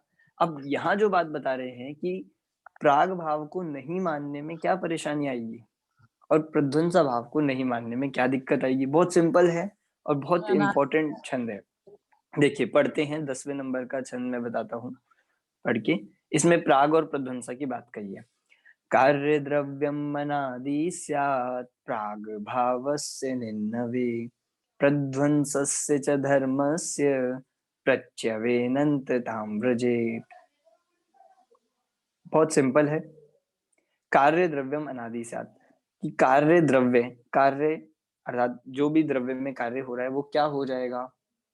अनादि स्यात्, अनादि हो जाएगा, अनादि सिद्ध हो जाएगा। कब? प्राग भाव से निन्नवे, प्राग भाव का निन्नवे अर्थात लोप करने पर, प्राग भाव का लोप करने पर।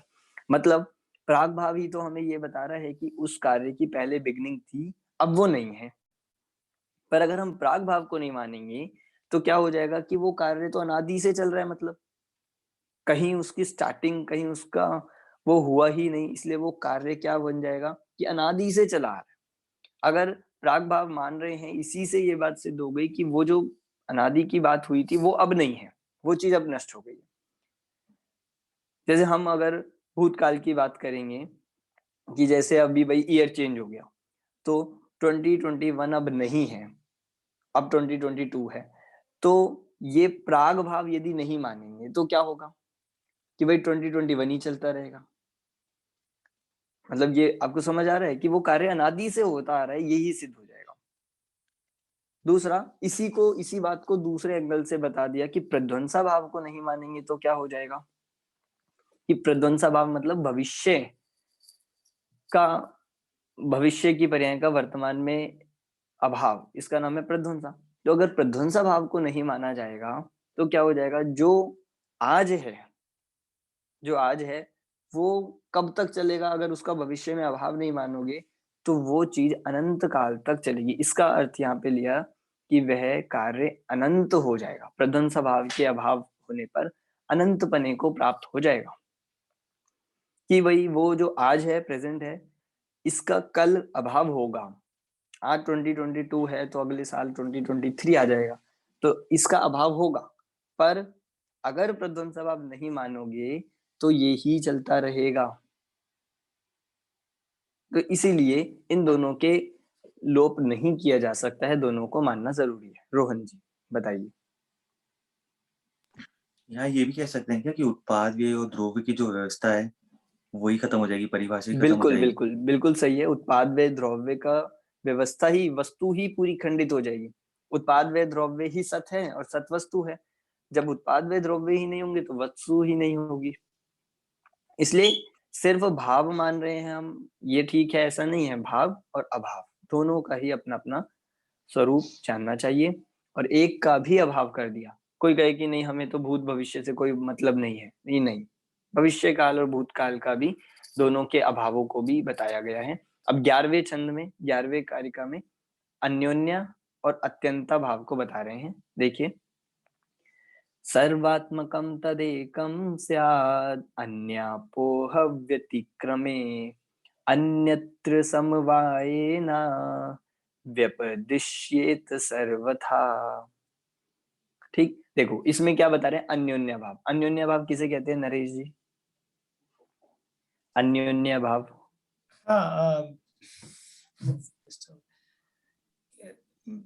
जीव में लगेगा और एक द्रव्य और कोई बताएगा अन्योन्य भाव? जिनकी वीडियोस ऑफ है उनमें से हैंड रेज कीजिए। हैंड रेज करना है, ऐसे नहीं बताना। अब मुझे में पता नहीं चलता ना कौन बोल रहे हैं। सर मैं मधु जैन। हाँ, आपने अभी बताया था ना, हम किसी और से एक बार देख लेते हैं। अजय जी बताइए, चलिए। अन्योन्य भाव अनम्यूट कीजिए। हाँ, एक पुद्गल द्रव्य की वर्तमान पर्याय में दूसरे पुद्गल द्रव्य का अभाव। सही है इनका? नहीं सर, एक द्रव्य का दूसरे द्रव्य में अभाव, ये अन्योन्य भाव है। और कोई? हाँ सर, हाँ, पल्लवी जी आप बता रहे थे। सर पुद्गल द्रव्य में ही लगेगा अन्योन्या भाव। एक पुद्गल द्रव्य की पर्याय का दूसरे पुद्गल द्रव्य की पर्याय में अभाव। और कोई भी है जो ट्राई करना चाहेगा कि पुद्गल में लगेगा या दोनों में जीव पुद्गल में लगेगा? सर सिर्फ पुद्गल में ही लगेगा।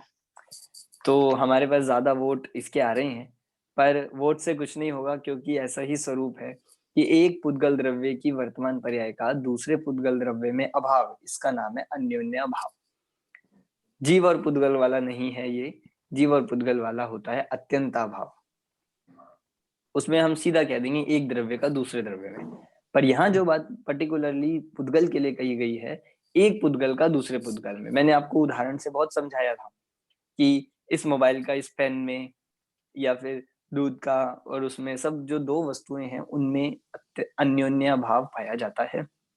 अब यहाँ तो बात चल रही है अन्योन्य भाव को नहीं मानने पर क्या दिक्कत है। तो अन्योन्य भाव को नहीं मानने पर क्या होगा, तो कह रहे हैं सब एक हो जाएंगे, वह एक तत्व सब रूप हो जाएगा। मतलब अन्योन्य भाव को नहीं मानेंगे तो सारे पुद्गल ही मिल जाएंगे कि भाई जैसे हमने दो अलग अलग वस्तुएं कही, मोबाइल अलग है, टेबल अलग है, बुक अलग है। तो जब हम अन्योन्य भाव नहीं मानेंगे तो सब क्या हो जाएंगी, आप कह ही नहीं पाओगे कि ये मोबाइल है, ये टेबल है, सब एक ही हो जाएगा। अभी हम चीनी अलग कह रहे हैं, नमक अलग कह रहे हैं, सब चीज अलग कह पा रहे हैं। तो क्यों? क्योंकि अन्योन्य भाव है।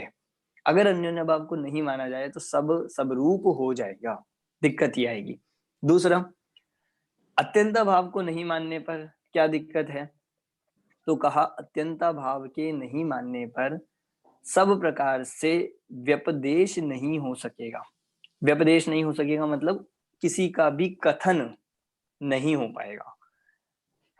इसमें भी आप ये लगाइए कि ये जीव हैं, ये पुद्गल हैं, इन दोनों में अत्यंता भाव है, इसीलिए तो हम जीव और पुद्गल को अलग अलग कह पा रहे हैं। यदि एक ही होता और अत्यंता भाव नहीं होता तो फिर जीव को जीव और अजीव को अजीव कैसे कहा जा सकता, मतलब उसका उपदेश ही नहीं हो पाता, उसका भेद ज्ञान, उसकी भिन्नता ही नहीं सिद्ध होती। इसीलिए ये अत्यंता भाव को भी मानना जानना जरूरी है।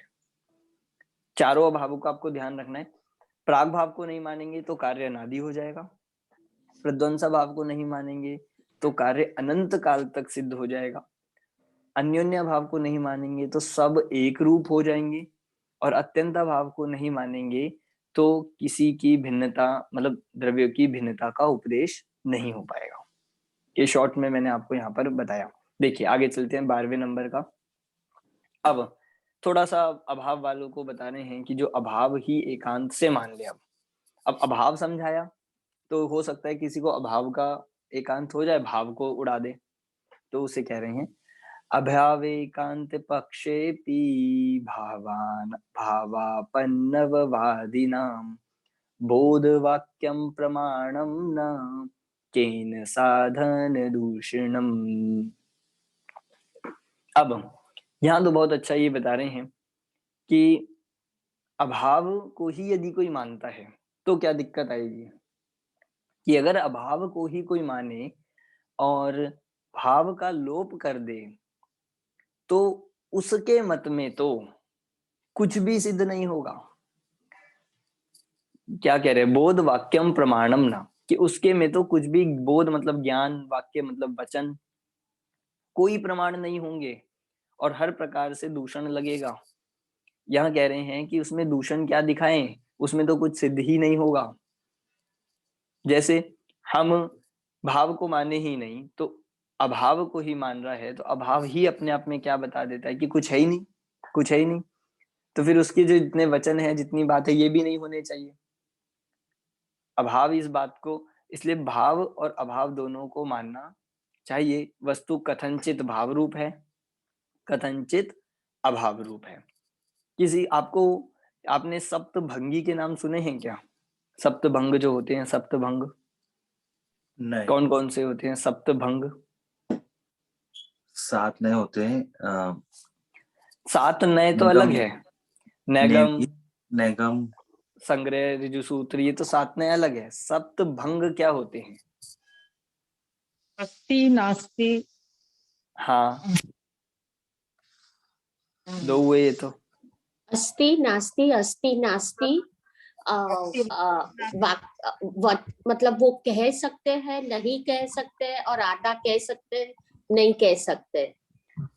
समझ ही नहीं आया, ये तो हमें कह सकते हैं, नहीं कह सकते, पर थोड़ा सा गलत हो गया आपका। हाँ, और कोई? फिर मैं ट्राई करूं।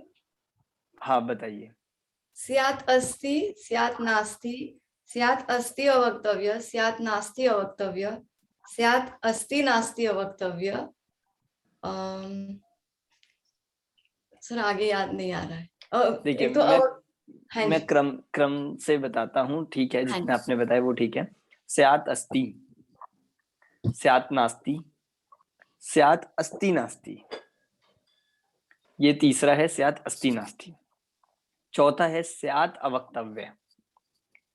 पांचवा है स्यात् अस्ति अवक्तव्य।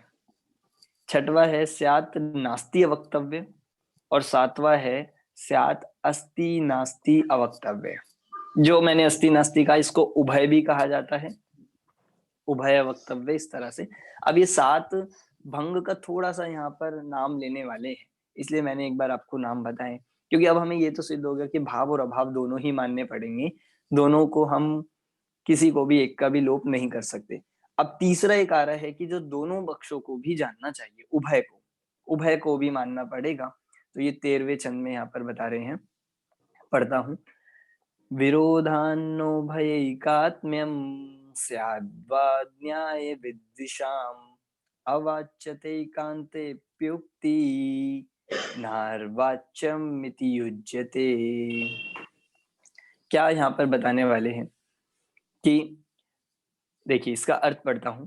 स्यादवाद न्याय से द्वेष रखने वाले, स्यादवाद न्याय विद्विषा मतलब स्यादवाद से द्वेष रखने वाले मतलब एकांतवादी जो है वो क्या करते हैं, उभय का एकांत अर्थात सर्वथा भावाभाव नहीं बनता, विरोध होने से अवाच्यता का एकांत स्वीकार करने पर अवाच्य कथन किया जा सकता है।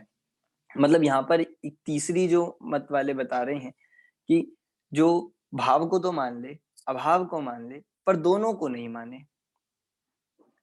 भाव को मान ले, अभाव को मान ले, पर दोनों को नहीं माने, तो उनके लिए यहाँ पर कह रहे हैं कि इस तरह से उभय का एकांत भी नहीं होना चाहिए, दोनों को स्वीकार करना आना चाहिए। क्या मतलब भाव रूप अभाव रूप, ये जितने भी धर्म हैं वस्तु में ऐसे अनंत धर्म हैं। हम अभी भाव भाव पे लगा रहे हैं, आप अस्ति नास्ति पे भी लगा सकते हो, नित्य अनित्य पे भी लगा सकते हो, एक अनेक पे भी लग सकता है। तो ये सारा इन सभी परस्पर विरोधी धर्मों के 7 भंग बनते हैं। तो इसलिए कह रहे हैं सारे ही ये परस्पर विरोधी धर्म हैं, इनमें 7 भंग मानना जरूरी है। और कह रहे हैं यदि हम अवक्तव्यता नहीं मानेंगे, अवक्तव्यता जैसे देखो एक इसके लिए एग्जाम्पल आता है, जैसे मैं कहूं कि ये मोबाइल एक है या अनेक है, भाई एक है, ठीक है। अब मैं कहूं इसमें बहुत सारे इसमें गुण हैं, बहुत सारी पर्याय, इस अपेक्षा से क्या हो गया, अनेक हो गया। तो आप पूछोगे एक है या अनेक है, तो मैं कहूंगा भाई एक भी है अनेक भी है, ये हो गया तीसरा भंग, ठीक। तो फिर चौथा आता है कि भाई एक है अनेक है, तो आप एक एक करके क्यों कह रहे हो, एक साथ कहो, पहले आप एक कह रहे हो फिर अनेक कह रहे हो। तो फिर चौथा भंग आता है, वो कहता है नहीं, अवक्तव्य है कि भाई एक अनेक है पर हम इसे एक साथ कह नहीं सकते, एक साथ बताया नहीं जा सकता, तो ये हो गया अवक्तव्य। अब जब हम एक को बता रहे हैं तो दूसरा अवक्तव्य हो गया, तो ये हो गया स्यात् एक अवक्तव्य। और जब हम फिर अनेक को बता रहे हैं तो एक वाला अवक्तव्य हो गया, तो हम कहेंगे स्यात् अनेक अवक्तव्य। और जब हम दोनों को बता रहे हैं, दोनों को बताने पर भी इस वस्तु में ऐसे बहुत सारे धर्म हैं जिनको हमने नहीं बताया है, ये हो गया एक अनेक अवक्तव्य। अब कुछ भी समझ में नहीं आया होगा मैं मानता हूं, पर इसको एक एग्जाम्पल से मैं आपको और बताता हूं। जैसे मैं आपसे पूछूं कि भाई आप मनुष्य हो या पुरुष हो, कुंजन जी, यदि कोई पूछा जाए आप मनुष्य हो या पुरुष हो, क्या कहेंगे? मनुष्य, एक अस्थि से बोले तो मनुष्य बोलेंगे, नहीं, फिर आप बोलेंगे कहोगे मनुष्य हूं, ठीक है। तो कहा मनुष्य हो, तो क्या पुरुष नहीं हो? तो कहोगे नहीं पुरुष भी है। तो फिर तीसरा प्रश्न, ये हो गया दोनों भंग, एक एक हो गया, मनुष्य और हो गया पुरुष, दोनों अपनी अपनी अपेक्षा से स्यात् है। फिर मैं कहूं कि क्या दोनों नहीं हो क्या आप? तो आप कहोगे नहीं, दोनों है, मनुष्य भी है पुरुष भी है, ये हो गया उभय वाला। तो पहले मनुष्य हो कि पहले पुरुष हो, क्या हो पहले? कि नहीं, पहले बाद का कोई नहीं है, पहले बाद सिर्फ हम बोलने में क्रम आ रहा है, पर दोनों ही चीज एक साथ है, क्योंकि एक साथ बोल नहीं सकते, इसका नाम हो गया अवक्तव्य, इसका नाम हो गया स्यात् अवक्तव्य, कि कहा नहीं जा सकता, ये चौथा भंग हो गया।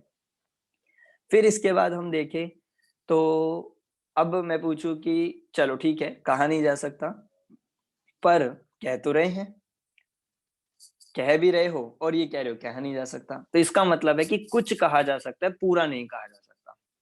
तो मैंने कहा कि पुरुष हो और बाकी अवक्तव्य है, कि भाई पुरुष है तो पुरुषपना तो हो गया, कह दिया, और बाकी धर्म उसकी अपेक्षा से क्या हो गया, जो मनुष्यपना था वो हो गया अवक्तव्य, ये हो गया पांचवा भंग। छठवें में हम कहेंगे तो हाँ मनुष्य है, तो मनुष्यपना कह दिया और पुरुषपना उस समय अवक्तव्य हो गया, तो ये हो गया छठवां। और सातवां कि पुरुष भी है मनुष्य भी है, ऐसा कहने पर भी वस्तु में बहुत ऐसे अन्य धर्म हैं जो अभी कहने रह गए हैं, कि भाई पुरुष हो, मनुष्य हो, इसके साथ साथ जीव भी तो हो, तो वो पुरुष मनुष्य अवक्तव्य, मतलब दो तरह से दोनों धर्मों को लगा के अवक्तव्य हो गया। तो ये थोड़ा सा हम ये आगे पढ़ने भी वाले हैं, ज्यादा आप इसमें कंफ्यूज नहीं होना, जितना आपको समझ आए आप उतना पढ़ सकते हो। तो हमने यहाँ पर आपको अभी 13वें छंद तक बताया है, 14वां, 15वां और 16वां, ये और देख लेते हैं। इसमें यद्यपि कोई विशेष बात नहीं आई है, तो मैं इसको थोड़ा सा जल्दी आपको बताता हूँ। 14वां, 15वां छंद, 16वां, इसमें क्योंकि ये 7 भंग वाली ही चर्चा है, और जब तक हम सप्त भंगों को नहीं पढ़ेंगे तब तक हमें समझ में नहीं आएगा पूरी तरह से, तो इसीलिए थोड़ा संक्षेप में ही बताता हूँ। 14वें नंबर का अर्थ पढ़ता हूँ। हे नाथ, आपका वह वस्तु तत्व किसी अपेक्षा से सत्य ही है, किसी अपेक्षा से असत्य ही है, ये हो गया। इसी प्रकार उभय अर्थात सत असत और अवक्तव्य भी इष्ट है, नए विवक्षा से, सर्वथा नहीं अर्थात एकांत से नहीं। देखो 4 भंग यहाँ पर बता दिए, सत, असत, सतसत और अवक्तव्य। 4 से ही बाकी के 3 और बन सकते हैं, इसलिए इन्होंने यहाँ पे 4 बताकर सारे बता दिए। और सारे कैसे मानना, सब में कह दिया कि किसी को भी एकांत से नहीं मानना, क्योंकि अगर आप सत को एकांत से मानोगे तो असत का लोप हो जाएगा, असत को एकांत से मानोगे तो सत का लोप हो जाएगा। और सबसे बढ़िया बात ये, अगर आपने अवक्तव्य को भी एकांत मान लिया तो भी वस्तु आप कह नहीं पाओगे। क्यों? क्योंकि मैं कहूं कि भाई जैसे किसी भी चीज की हम महिमा बताते हैं, हमने कहा भाई ताजमहल है, ताजमहल कैसा है, इतना सुंदर है कि बताया नहीं जा सकता। मैं कहूँ ताजमहल इतना सुंदर है कि बताया नहीं जा सकता, तो क्या बताया नहीं जा सकता? क्या मैंने बताया नहीं जा सकता कह के बता नहीं दिया क्या? ये भी एक बताने का तरीका है कि नहीं? क्योंकि अगर सर्वथा बताया नहीं जा सकता होता तो ये भी नहीं बताया जाता, पर मैंने कहा कि इतना सुंदर है, इतना बढ़िया है कि मैं क्या बताऊं, क्या बताया जाए, उसके बारे में बताया नहीं जा सकता। कि भाई शक्कर या कोई भी चीज वो इतनी मीठी होती है कि उसके बारे में बताया नहीं जा सकता, तो क्या ये बताना ही तो हो गया, ये एक तरह से बताना ही तो हुआ। तो इसीलिए कह रहे हैं कि अवक्तव्य भी ना कथनचित है, पूरी तरह से अगर अवक्तव्य मान लिया तो वस्तु को आप कह ही नहीं पाओगे। अभी आप कह पा रहे हो, इसका मतलब ये है कि कथनचित है, स्यात है। ठीक है, तो ये 4 से ही सातों बन जाते हैं। 15वें नंबर का अर्थ पढ़ता हूं। स्वरूप आदि चतुष्टय से, अब उसका कारण दे रहे हैं कि सत क्यों है, कि अपने चतुष्टय से सत है। पर रूप आदि चतुष्टय से, पर के चतुष्टय की अपेक्षा से, पर की अपेक्षा से असत है, उसे कौन स्वीकार नहीं करेगा। मतलब ये तो सब मानते हैं इस तरह से, यदि स्वीकार नहीं करता है तो व्यवस्था नहीं बनती है। यदि आप ऐसा नहीं मानोगे, यदि आप इस तरह से नहीं मानते तो व्यवस्था नहीं बनती है। सत्य कहने का कारण हो गया अपने गुण धर्म, अपने स्वरूपों की, अपने चतुष्टयों की अपेक्षा से सत्य है, दूसरे के पर वस्तु की अपेक्षा से असत है, और ऐसा नहीं मानने पर व्यवस्था नहीं बनती है। और लास्ट 16 नंबर का क्या बता रहे हैं, दोनों धर्मों की क्रम से विवक्षा होने से द्वैत अर्थात उभय रूप है, जो सत असत, इसका कारण दे दिया क्योंकि दोनों हैं, दोनों वस्तु में तो एक साथ है, पर हम एक साथ कह नहीं सकते, कहेंगे तो क्रम से ही, इसलिए दोनों ही है, ये हो गया उभय, सत असत। और दोनों धर्मों के कहने की शक्ति न होने से अवक्तव्य है, दोनों पाए जा रहे हैं, ये बताता है उभय। और दोनों पाए जाने पर भी दोनों कहे नहीं जा सकते, कहा तो हम, जैसे मैंने कहा सत असत, अब सत असत में दो कह तो रहा हूं, पर इनमें भी क्रम हो गया कि नहीं, पहले सत बताया फिर असत बताया, तो क्या वस्तु में ऐसा है कि पहले सत हो बाद में असत हो? जैसे आप इसे छोड़ो, आप ज्ञान दर्शन पे लगाओ, मैंने बोला जीव में कौन से गुण है, ज्ञान दर्शन, तो पहले ज्ञान है बाद में दर्शन है क्या? कि नहीं, दोनों गुण एक ही समय पर है, तो एक समय पर कहो ना, पर नहीं कह रहे, हम कैसे कहेंगे ज्ञान दर्शन चारित्र? तो क्या पहले ज्ञान होता है फिर दर्शन होता है फिर चारित्र होता है? नहीं, कि हम उसे कह नहीं सकते, अवक्तव्य है, ये उसका भी एक वस्तु में एक धर्म है, वस्तु की एक क्वालिटी है कि वो अवक्तव्य है, ये भी उसकी एक गुण है। ये बहुत अच्छा, जब हम 7 नयों के बारे में पढ़ते हैं, जब हम मतलब 47 नयों के बारे में पढ़ते हैं। 47 जो नए हैं उसके बारे में बहुत अच्छा है, तब हमें इनका स्वरूप और पता चलता है। समय सार के भी परिशिष्ट में 47 शक्तियों में भी कुछ इस तरह की चर्चाएं आई हैं, तब हमें इसका और डिटेल में ज्ञान होगा।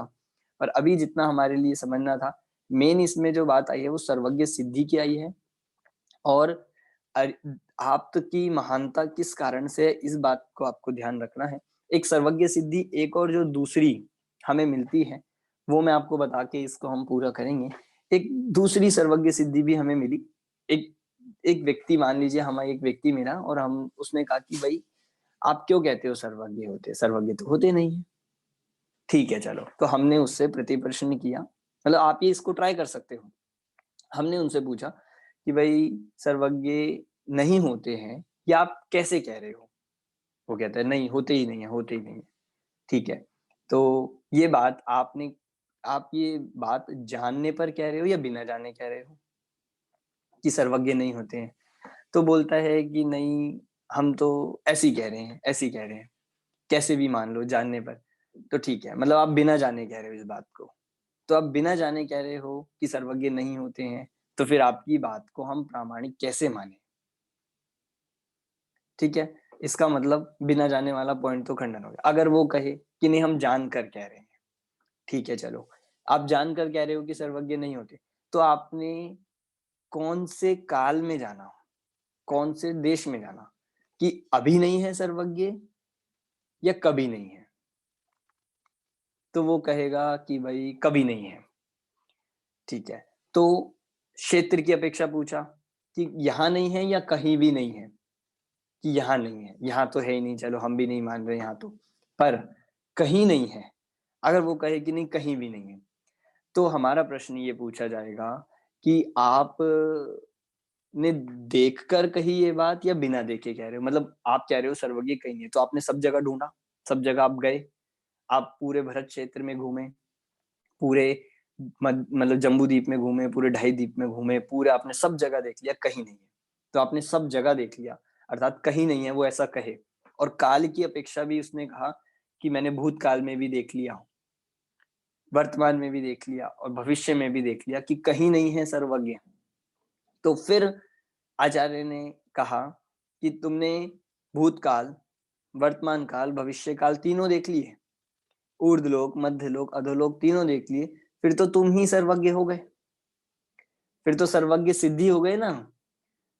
मतलब जब ऐसा तुम देख सकते हो, जब तुम ऐसा मान रहे हो कि हम सब देख सकते हैं, सब जगह देख सकते हैं, फिर तो तुम ही सर्वज्ञ हो गई। ये तो बात प्रूफ हो गई कि हाँ ऐसा कोई हो सकता है, और जो ऐसा जाने वो सर्वज्ञ है। ये ऐसी सर्वज्ञ सिद्धि भी की गई कि ये बात तुम जानकर कह रहे हो, बिना जाने कह रहे हो। जानकर कह रहे हो तो फिर तो तुम ही सर्वज्ञ हो, और बिना जान, हमें इससे मतलब नहीं है, हम तो सर्वज्ञ की सिद्धि कर रहे हैं। और अगर बिना जाने कह रहे हो तो फिर आपकी बात को प्रामाणिक नहीं माना जा सकता। ये अगर आपको पढ़ना है, ये द्रव्य संग्रह ग्रंथ में ये वाली सर्वज्ञ सिद्धि ली गई है, द्रव्य संग्रह ग्रंथ की टीका में। और ये न्याय में जो हमें बात करी वो हमने आज देखी कि जो वस्तु हमारे अनुमान की विषय बन सकती है, वो किसी ना किसी के प्रत्यक्ष ज्ञान का विषय अवश्य बनती है, और प्रत्यक्ष ज्ञान का विषय बन रही है। इससे ही ये सिद्ध हो गया कि हाँ कोई ना कोई इनको प्रत्यक्ष जानता है, और जो प्रत्यक्ष जाने वही सर्वज्ञ होते हैं। इस तरह से ये हमने इस आत्मीमांसा देवागम स्तोत्र के 16 छंद आपके साथ यहाँ पर देखे हैं। और इसमें मैं जानता हूं कि बहुत सारे डाउट होंगे, थोड़ा हमने इसको उतना डीपली नहीं पढ़ा है, क्योंकि एक तो इसमें न्याय का विषय है और अभी हमने न्याय का कोई भी विषय नहीं पढ़ा है, न्याय का कोई ग्रंथ नहीं पढ़ा है। दूसरी बात, संस्कृत में लिए गए हैं, तो आप इसका अर्थ तो पढ़ ही सकते हैं, आपके लिए हमारे एग्जाम पॉइंट ऑफ व्यू से भी इतना काफी है। और हमें सर्वज्ञ सिद्धि और आप्त की जो मूल बिंदु लिए गए हैं, इन बातों को तो याद करना है। बाकी आप छंद को चाहे याद करे या ना करे, कोई दिक्कत नहीं है, क्योंकि आपका एग्जाम भी ओपन बुक है। अगली कक्षा में अब कब रहेगी वो भी आपको बता दिया जाएगा। अगला जो अपना एग्जाम होगा तो हम वो लेंगे। अगर एग्जाम हमारा संडे के बाद होता है, वैसे तो संडे से पहले ही हो जाएगा ओपन, तो फिर हम इस भाग की, इस वाले की रिवीजन लेंगे। पेपर 1 जो है, पेपर 1 में आना है धर्म के 10 लक्षण। बहुत सिंपल सा है पेपर 1, सिर्फ उसमें धर्म के 10 लक्षण वाली बुक आनी है। वो बुक हमने पूरे उसमें 10 लेक्चर्स भी लिए थे, उन्हें भी आप सुन सकते हैं। और एक एक धर्म पे एक एक ऐसे पूरी उस धर्म के 10 लक्षण बुक में लिया गया है, आप उसको पढ़िए, आपकी तैयारी हो जाएगी। दूसरा है पेपर 2। तो पेपर 2 की रिवीजन नहीं तो हम नेक्स्ट संडे कर लेंगे, क्योंकि अब हमारे पास जो क्लासेस है उसमें कोर्स तो नहीं है, हम रिवीजन कर सकते हैं। पेपर 2 में आना क्या है, तत्व ज्ञान 1 और अहिंसा। तत्व ज्ञान 1 और अहिंसा ये दोनों पेपर 2 में है। पेपर 3 में तत्व ज्ञान 2 और ये अपनी निमित्त उपादान वाली पुस्तक। निमित्त उपादान वाली पुस्तक हमने इसलिए नहीं पढ़ाई क्योंकि हमारा चैप्टर जो था उसमें वो सारी चीजें पोर्शन कवर हो गया है, पर उसमें से बीच में से आपके ओपन बुक क्वेश्चंस आ सकते हैं, तो आप थोड़ा सा निमित्त उपादान बुक को भी देख लीजिएगा, क्योंकि कई बार हमें ऐसा लगेगा कि ये बात तो हमने कहीं पूरी बुक में देख ली है ही नहीं, तो हो सकता है वो निमित्त उपादान वाली बुक से आए। तो पेपर से रिलेटेड कोई भी आपको डाउट हो तो आप पूछ सकते हैं। अब अपना नया साल आ गया है, नया सेमेस्टर में भी मैं उम्मीद करता हूँ आप लोग जल्दी पहुंचेंगे। कोई भी ऐसा तो नहीं है हमारे सेमेस्टर में जो फर्स्ट में ही रह जाएगा, मतलब ये सेकंड वाले में ही अपने में रह जाए। तो आप सबके लगभग असाइनमेंट भी आ रहे हैं, बाकी लोग भी जिनके रह गए हैं वो दीजिए, जिससे हम आपको नेक्स्ट सेमेस्टर में प्रमोट कर पाएंगे। और आज की क्लास में या और भी अभी किसी को कोई डाउट हो तो आप पूछ सकते हैं। किसी को कुछ पूछना हो एग्जाम का या कुछ? सर आज का मतलब, सॉरी, हाँ बोलिए अर्पित जी, पहले आप बोलिए। मतलब सर आज का अगर अपन समरी कंक्लूड करें तो शॉर्ट में जैसे कैसा, क्या जो अपन ने मीमांसा समझी आपकी, तो हाँ मतलब तो मतलब क्लियर शॉर्ट में, हो गए। शॉर्ट में ये कहा जाएगा कि जो वीतरागी है, सर्वज्ञ है और हितोपदेशी है। मतलब 3 चीजों की ही बात है। हितोपदेशी में ये आ गया एकांतवादी नहीं होने चाहिए, वचन अनेकांतवादी होने चाहिए।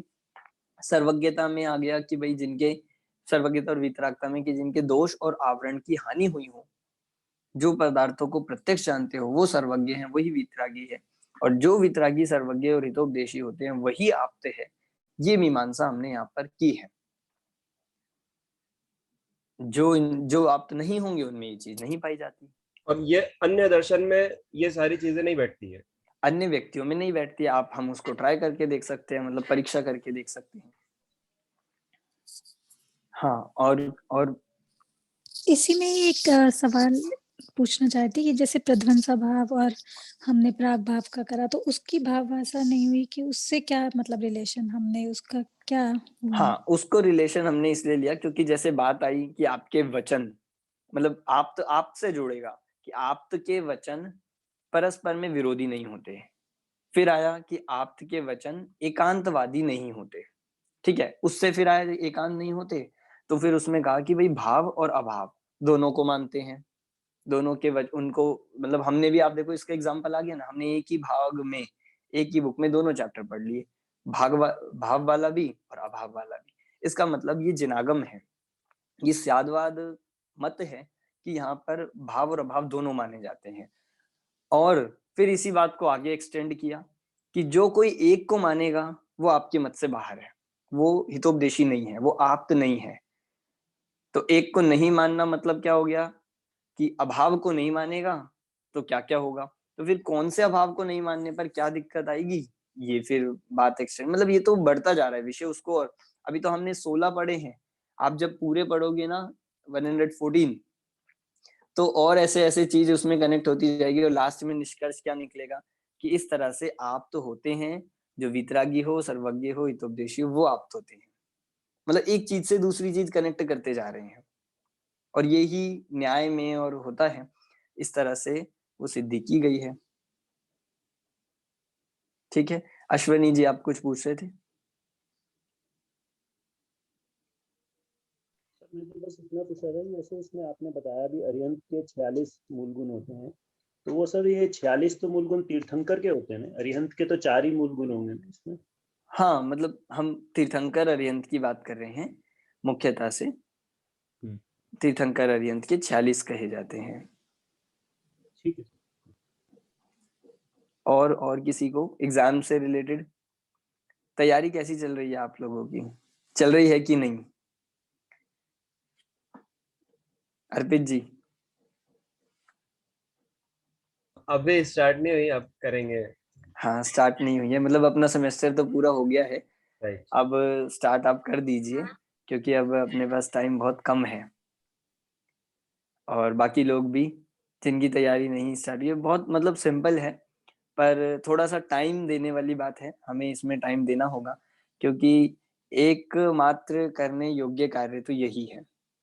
मतलब हम चाहे कुछ भी करें, चाहे जो भी चीजें हम कर रहे हैं वो सब भी इम्पोर्टेंट है, पर एकमात्र करने योग्य कार्य तो यही है, हमें इस बात को समझना चाहिए। अगर हम मिस कर देंगे, अगर हम छोड़ देंगे, तो उसमें किसी का नुकसान नहीं है, उसमें अपना ही नुकसान है। मतलब क्योंकि हम महाभाग्य से हमें ये अवसर मिलता है, हमें ये पढ़ने का, समझने का, और हमारे परिणाम भी है, सबसे बड़ी बात ये है। तो हमें उन परिणामों को सही दिशा और सही समय देना चाहिए, जिससे हम इस अपनी अपॉर्चुनिटी को एक अवसर में क्रिएट कर पाए, मतलब हम इसको वेस्ट ना जाने दें। क्योंकि छोड़ना तो बहुत ईजी है, वो तो कोई भी कर दे, पर अच्छा पुरुषार्थ तो इसी बात में है कि हम सब चीजों को मैनेज करते हुए भी इसे करें, कंटिन्यू रखें, पढ़े, समय दे। तभी हम अपनी लाइफ में, आप देखोगे जितना अभी हमने 2 सेमेस्टर पढ़ लिए, तो उतने में ही कुछ ना कुछ तो चेंज आया होगा। बाहर से ना भी आया हो, कुछ थिंकिंग में, थॉट प्रोसेस में, कुछ हमारे वचनों में, किसी की क्रियाओं में आया हो, तो ये सब आता है। और क्योंकि ये सब हमारे लिए एक आर्ट ऑफ लिविंग ही है, जीने के लिए ही है, तो ये अपने लिए है। कोर्स तो इसको एक मतलब फॉर्मेट बनाया गया है कि भाई एग्जाम पैटर्न भी चाहिए, क्योंकि नहीं तो फिर लोग सीरियसली नहीं लेंगे। बाकी एग्जाम वगैरह तो, असाइनमेंट तो सब साइड के लिए है, साइड वर्क है। मेन तो हमें इसको समझ के अपना कल्याण करना ही है। इसीलिए बाकी जो फॉर्मेलिटीज है वो भी हमें करनी है, जो जो असाइनमेंट्स है, जो जो देने कंपलसरी है, उसको भी हम देकर जरूर इस कोर्स में अच्छे से पार्ट ले। एक होता है पार्ट लेना कि हम कर तो रहे हैं, और एक अच्छे से पार्ट लेना, तो दोनों में बहुत डिफरेंस है। और जैसा अपना उत्साह होता है, जैसा अपना इंटरेस्ट होगा, वैसा ही हमें समझ आएगा, मेरे समझाने से नहीं आएगा। आप ये देखना, कभी नोटिस करना, जब हम खुद से बहुत इंटरेस्ट लेते हैं तो वो चीज बहुत ज्यादा समझ आ जाती है। और मैंने तो तब भी वैसे ही समझाई थी और वैसे ही समझा रहा हूँ, और जिसने बिल्कुल नहीं लिया उसको नहीं आया। तो इस तरह से हम इस बात को ध्यान रखेंगे तो हमें बहुत अच्छा भी लगेगा। आपको लाभ हो रहा हो या नहीं भी हो रहा हो, तो मुझे तो पर बहुत हो रहा है, क्योंकि मैं तो इस चीजों को 2-2 बार पढ़ लेता हूँ, और यहाँ पढ़ाना भी हो जाता है, तो मेरे भी क्लियर हो ही रहे हैं। तो बस जो भी पढ़े उसका लाभ होगा ही होगा, तो हमें इसको जरूर करना चाहिए। और बाकी लोग भी जो थोड़े से मतलब थोड़ा सा गौन कर रहे हैं या छोड़ रहे हैं, आप हम उन्हें अगर मोटिवेट कर सकते हैं या वो हमारे कांटेक्ट में है, तो हमें जरूर करना चाहिए। क्योंकि कुछ ना हो तो हमें तो अपना उनको बताने का और मोटिवेट करने का पुण्य लगेगा ही, मतलब हमें तो वो फायदा हो ही गया। अब वो समझे, अगर उनकी योग्यता अच्छी होगी तो वो मानेंगे, नहीं तो नहीं। सरिता जी, आप कुछ पूछ रहे हैं? जी जी सर, अभी जो हमने राइटिंग वर्क सबमिट किया है ना, इसके अलावा एग्जाम में और क्या रहेगा? जो सबमिट करना है, हाँ वो तो हो गया एक, उसके अलावा और कुछ भी है? उसके अलावा और कुछ था तो, पर वो अब हमारे पास समय नहीं बचा है, तो मुझे आपने जो सबमिट किया है उसके आधार पर ही उसके मार्क्स लगाने पड़ेंगे। मतलब जो क्वेश्चन? हमारा, जी हाँ, उसी के आधार से वो मैं मार्क्स उसके बेसिस पे लगा दूंगा, जो भी था हमारा। मतलब कॉन्सेप्ट क्लैरिटी 1 2 3 के अलावा तो फिर क्लियर ही है ना? हाँ, कॉन्सेप्ट और क्लैरिटी कुछ 1 2 3 हो गया, और गणधर मूल्यांकन हो गया, ये तो आपको देना ही है सबको। और और सर बाकी अब हमारे पेपर होंगे वो ऑब्जेक्टिव है गूगल फॉर्म पर। हमारे स्टूडेंट आईडी सेम रहेंगे, सब कुछ लॉगिन करने का तरीका और सब कुछ सेम रहेगा जो पहले कर रहे हैं? हाँ, वो बिल्कुल सेम है।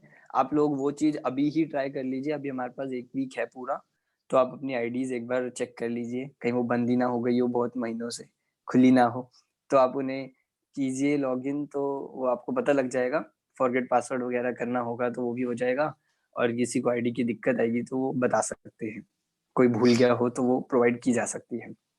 ठीक है, मेरे कुछ सर सबमिशंस रह मुझे हाँ क्वेश्चन आंसर्स नहीं होंगे फिर जैसे लास्ट टाइम हुए थे क्लास क्या में लाइव, जैसे लास्ट टाइम में क्लास में आपने क्वेश्चंस पूछे थे ना इस बार हाँ नहीं वो होंगे? वाइवा वो लेना तो हाँ था भाई पर हो नहीं पाया है, समय के अच्छा अभाव बच के गए कारण हम हो लोग। नहीं पाया। बच नहीं गए, आपका नुकसान हो गया है। हाँ हाँ हाँ रोहन जी। मेरे सबमिशंस रह गए इस बार के, बिकॉज अब मैं उनको चेस कर रहा हूँ। तो जो पुराने सबमिशंस रह गए मैं अब कर सकता हूँ, वो आपको दे सकता हूँ। हाँ आप कर सकते हैं, कम से कम सबमिशन तो जरूरी ही है, मतलब वो लेट हो कोई दिक्कत नहीं है, पर आप जरूर अभी कर दीजिए, क्योंकि हमें थोड़ा सा एक एक दिन निकाल के आप एक एक कर लेंगे। और गंधर्व मूल्यांकन तो सिंपल सा होता है, आपको 1 पेज से भी कम में हम उसे कर सकते हैं। तो बाकी भी जो रह, क्योंकि आप उसको ऐसे कीजिए कि हम उसी एग्जाम की तैयारी कर रहे हैं, मतलब सिर्फ असाइनमेंट के लिए नहीं, आपको 2 बार नहीं करना पड़ेगा। अगर आपके अभी रह गए तो आप अगर मान लीजिए पेपर 3 की बात करें, तो आप अगर पूरी कॉन्सेप्ट क्लैरिटी लिखेंगे तो आपके एग्जाम की तैयारी हो जाएगी, तो फिर तो बेनिफिट ही है। और मेन इसका उद्देश्य यही है, सिर्फ आपके समरी लिखवाना नहीं है, क्योंकि समरी तो हमारे पास पूरी बुक ही है। हम क्या करेंगे समरी का, उस समरी लिखवाने का उद्देश्य ये है कि उसके एक बहाने आपको पूरी बुक का रिवाइज हो जाएगा। नहीं तो आपको हो सकता है कि आप पूरी बुक खोलो ही ना, सीधा ओपन बुक में बुक लेकर आ जाए, ऐसा भी हो सकता है। इसीलिए आपको ये समरी लिखना जरूरी है। तो चलिए अभी हम क्लास यहीं पे समाप्त करते हैं। आपको कोई एग्जाम से रिलेटेड या कोई विषय से रिलेटेड डाउट है जो आप बुक खोल के देखेंगे तो निकले, तो फिर आप पूछ सकते हैं। हमारा डाउट वाला भी ग्रुप है और अलग से भी आप मुझसे पूछ सकते हैं। सभी को जय जिनेंद्र। जय जिनेंद्र। जय जय।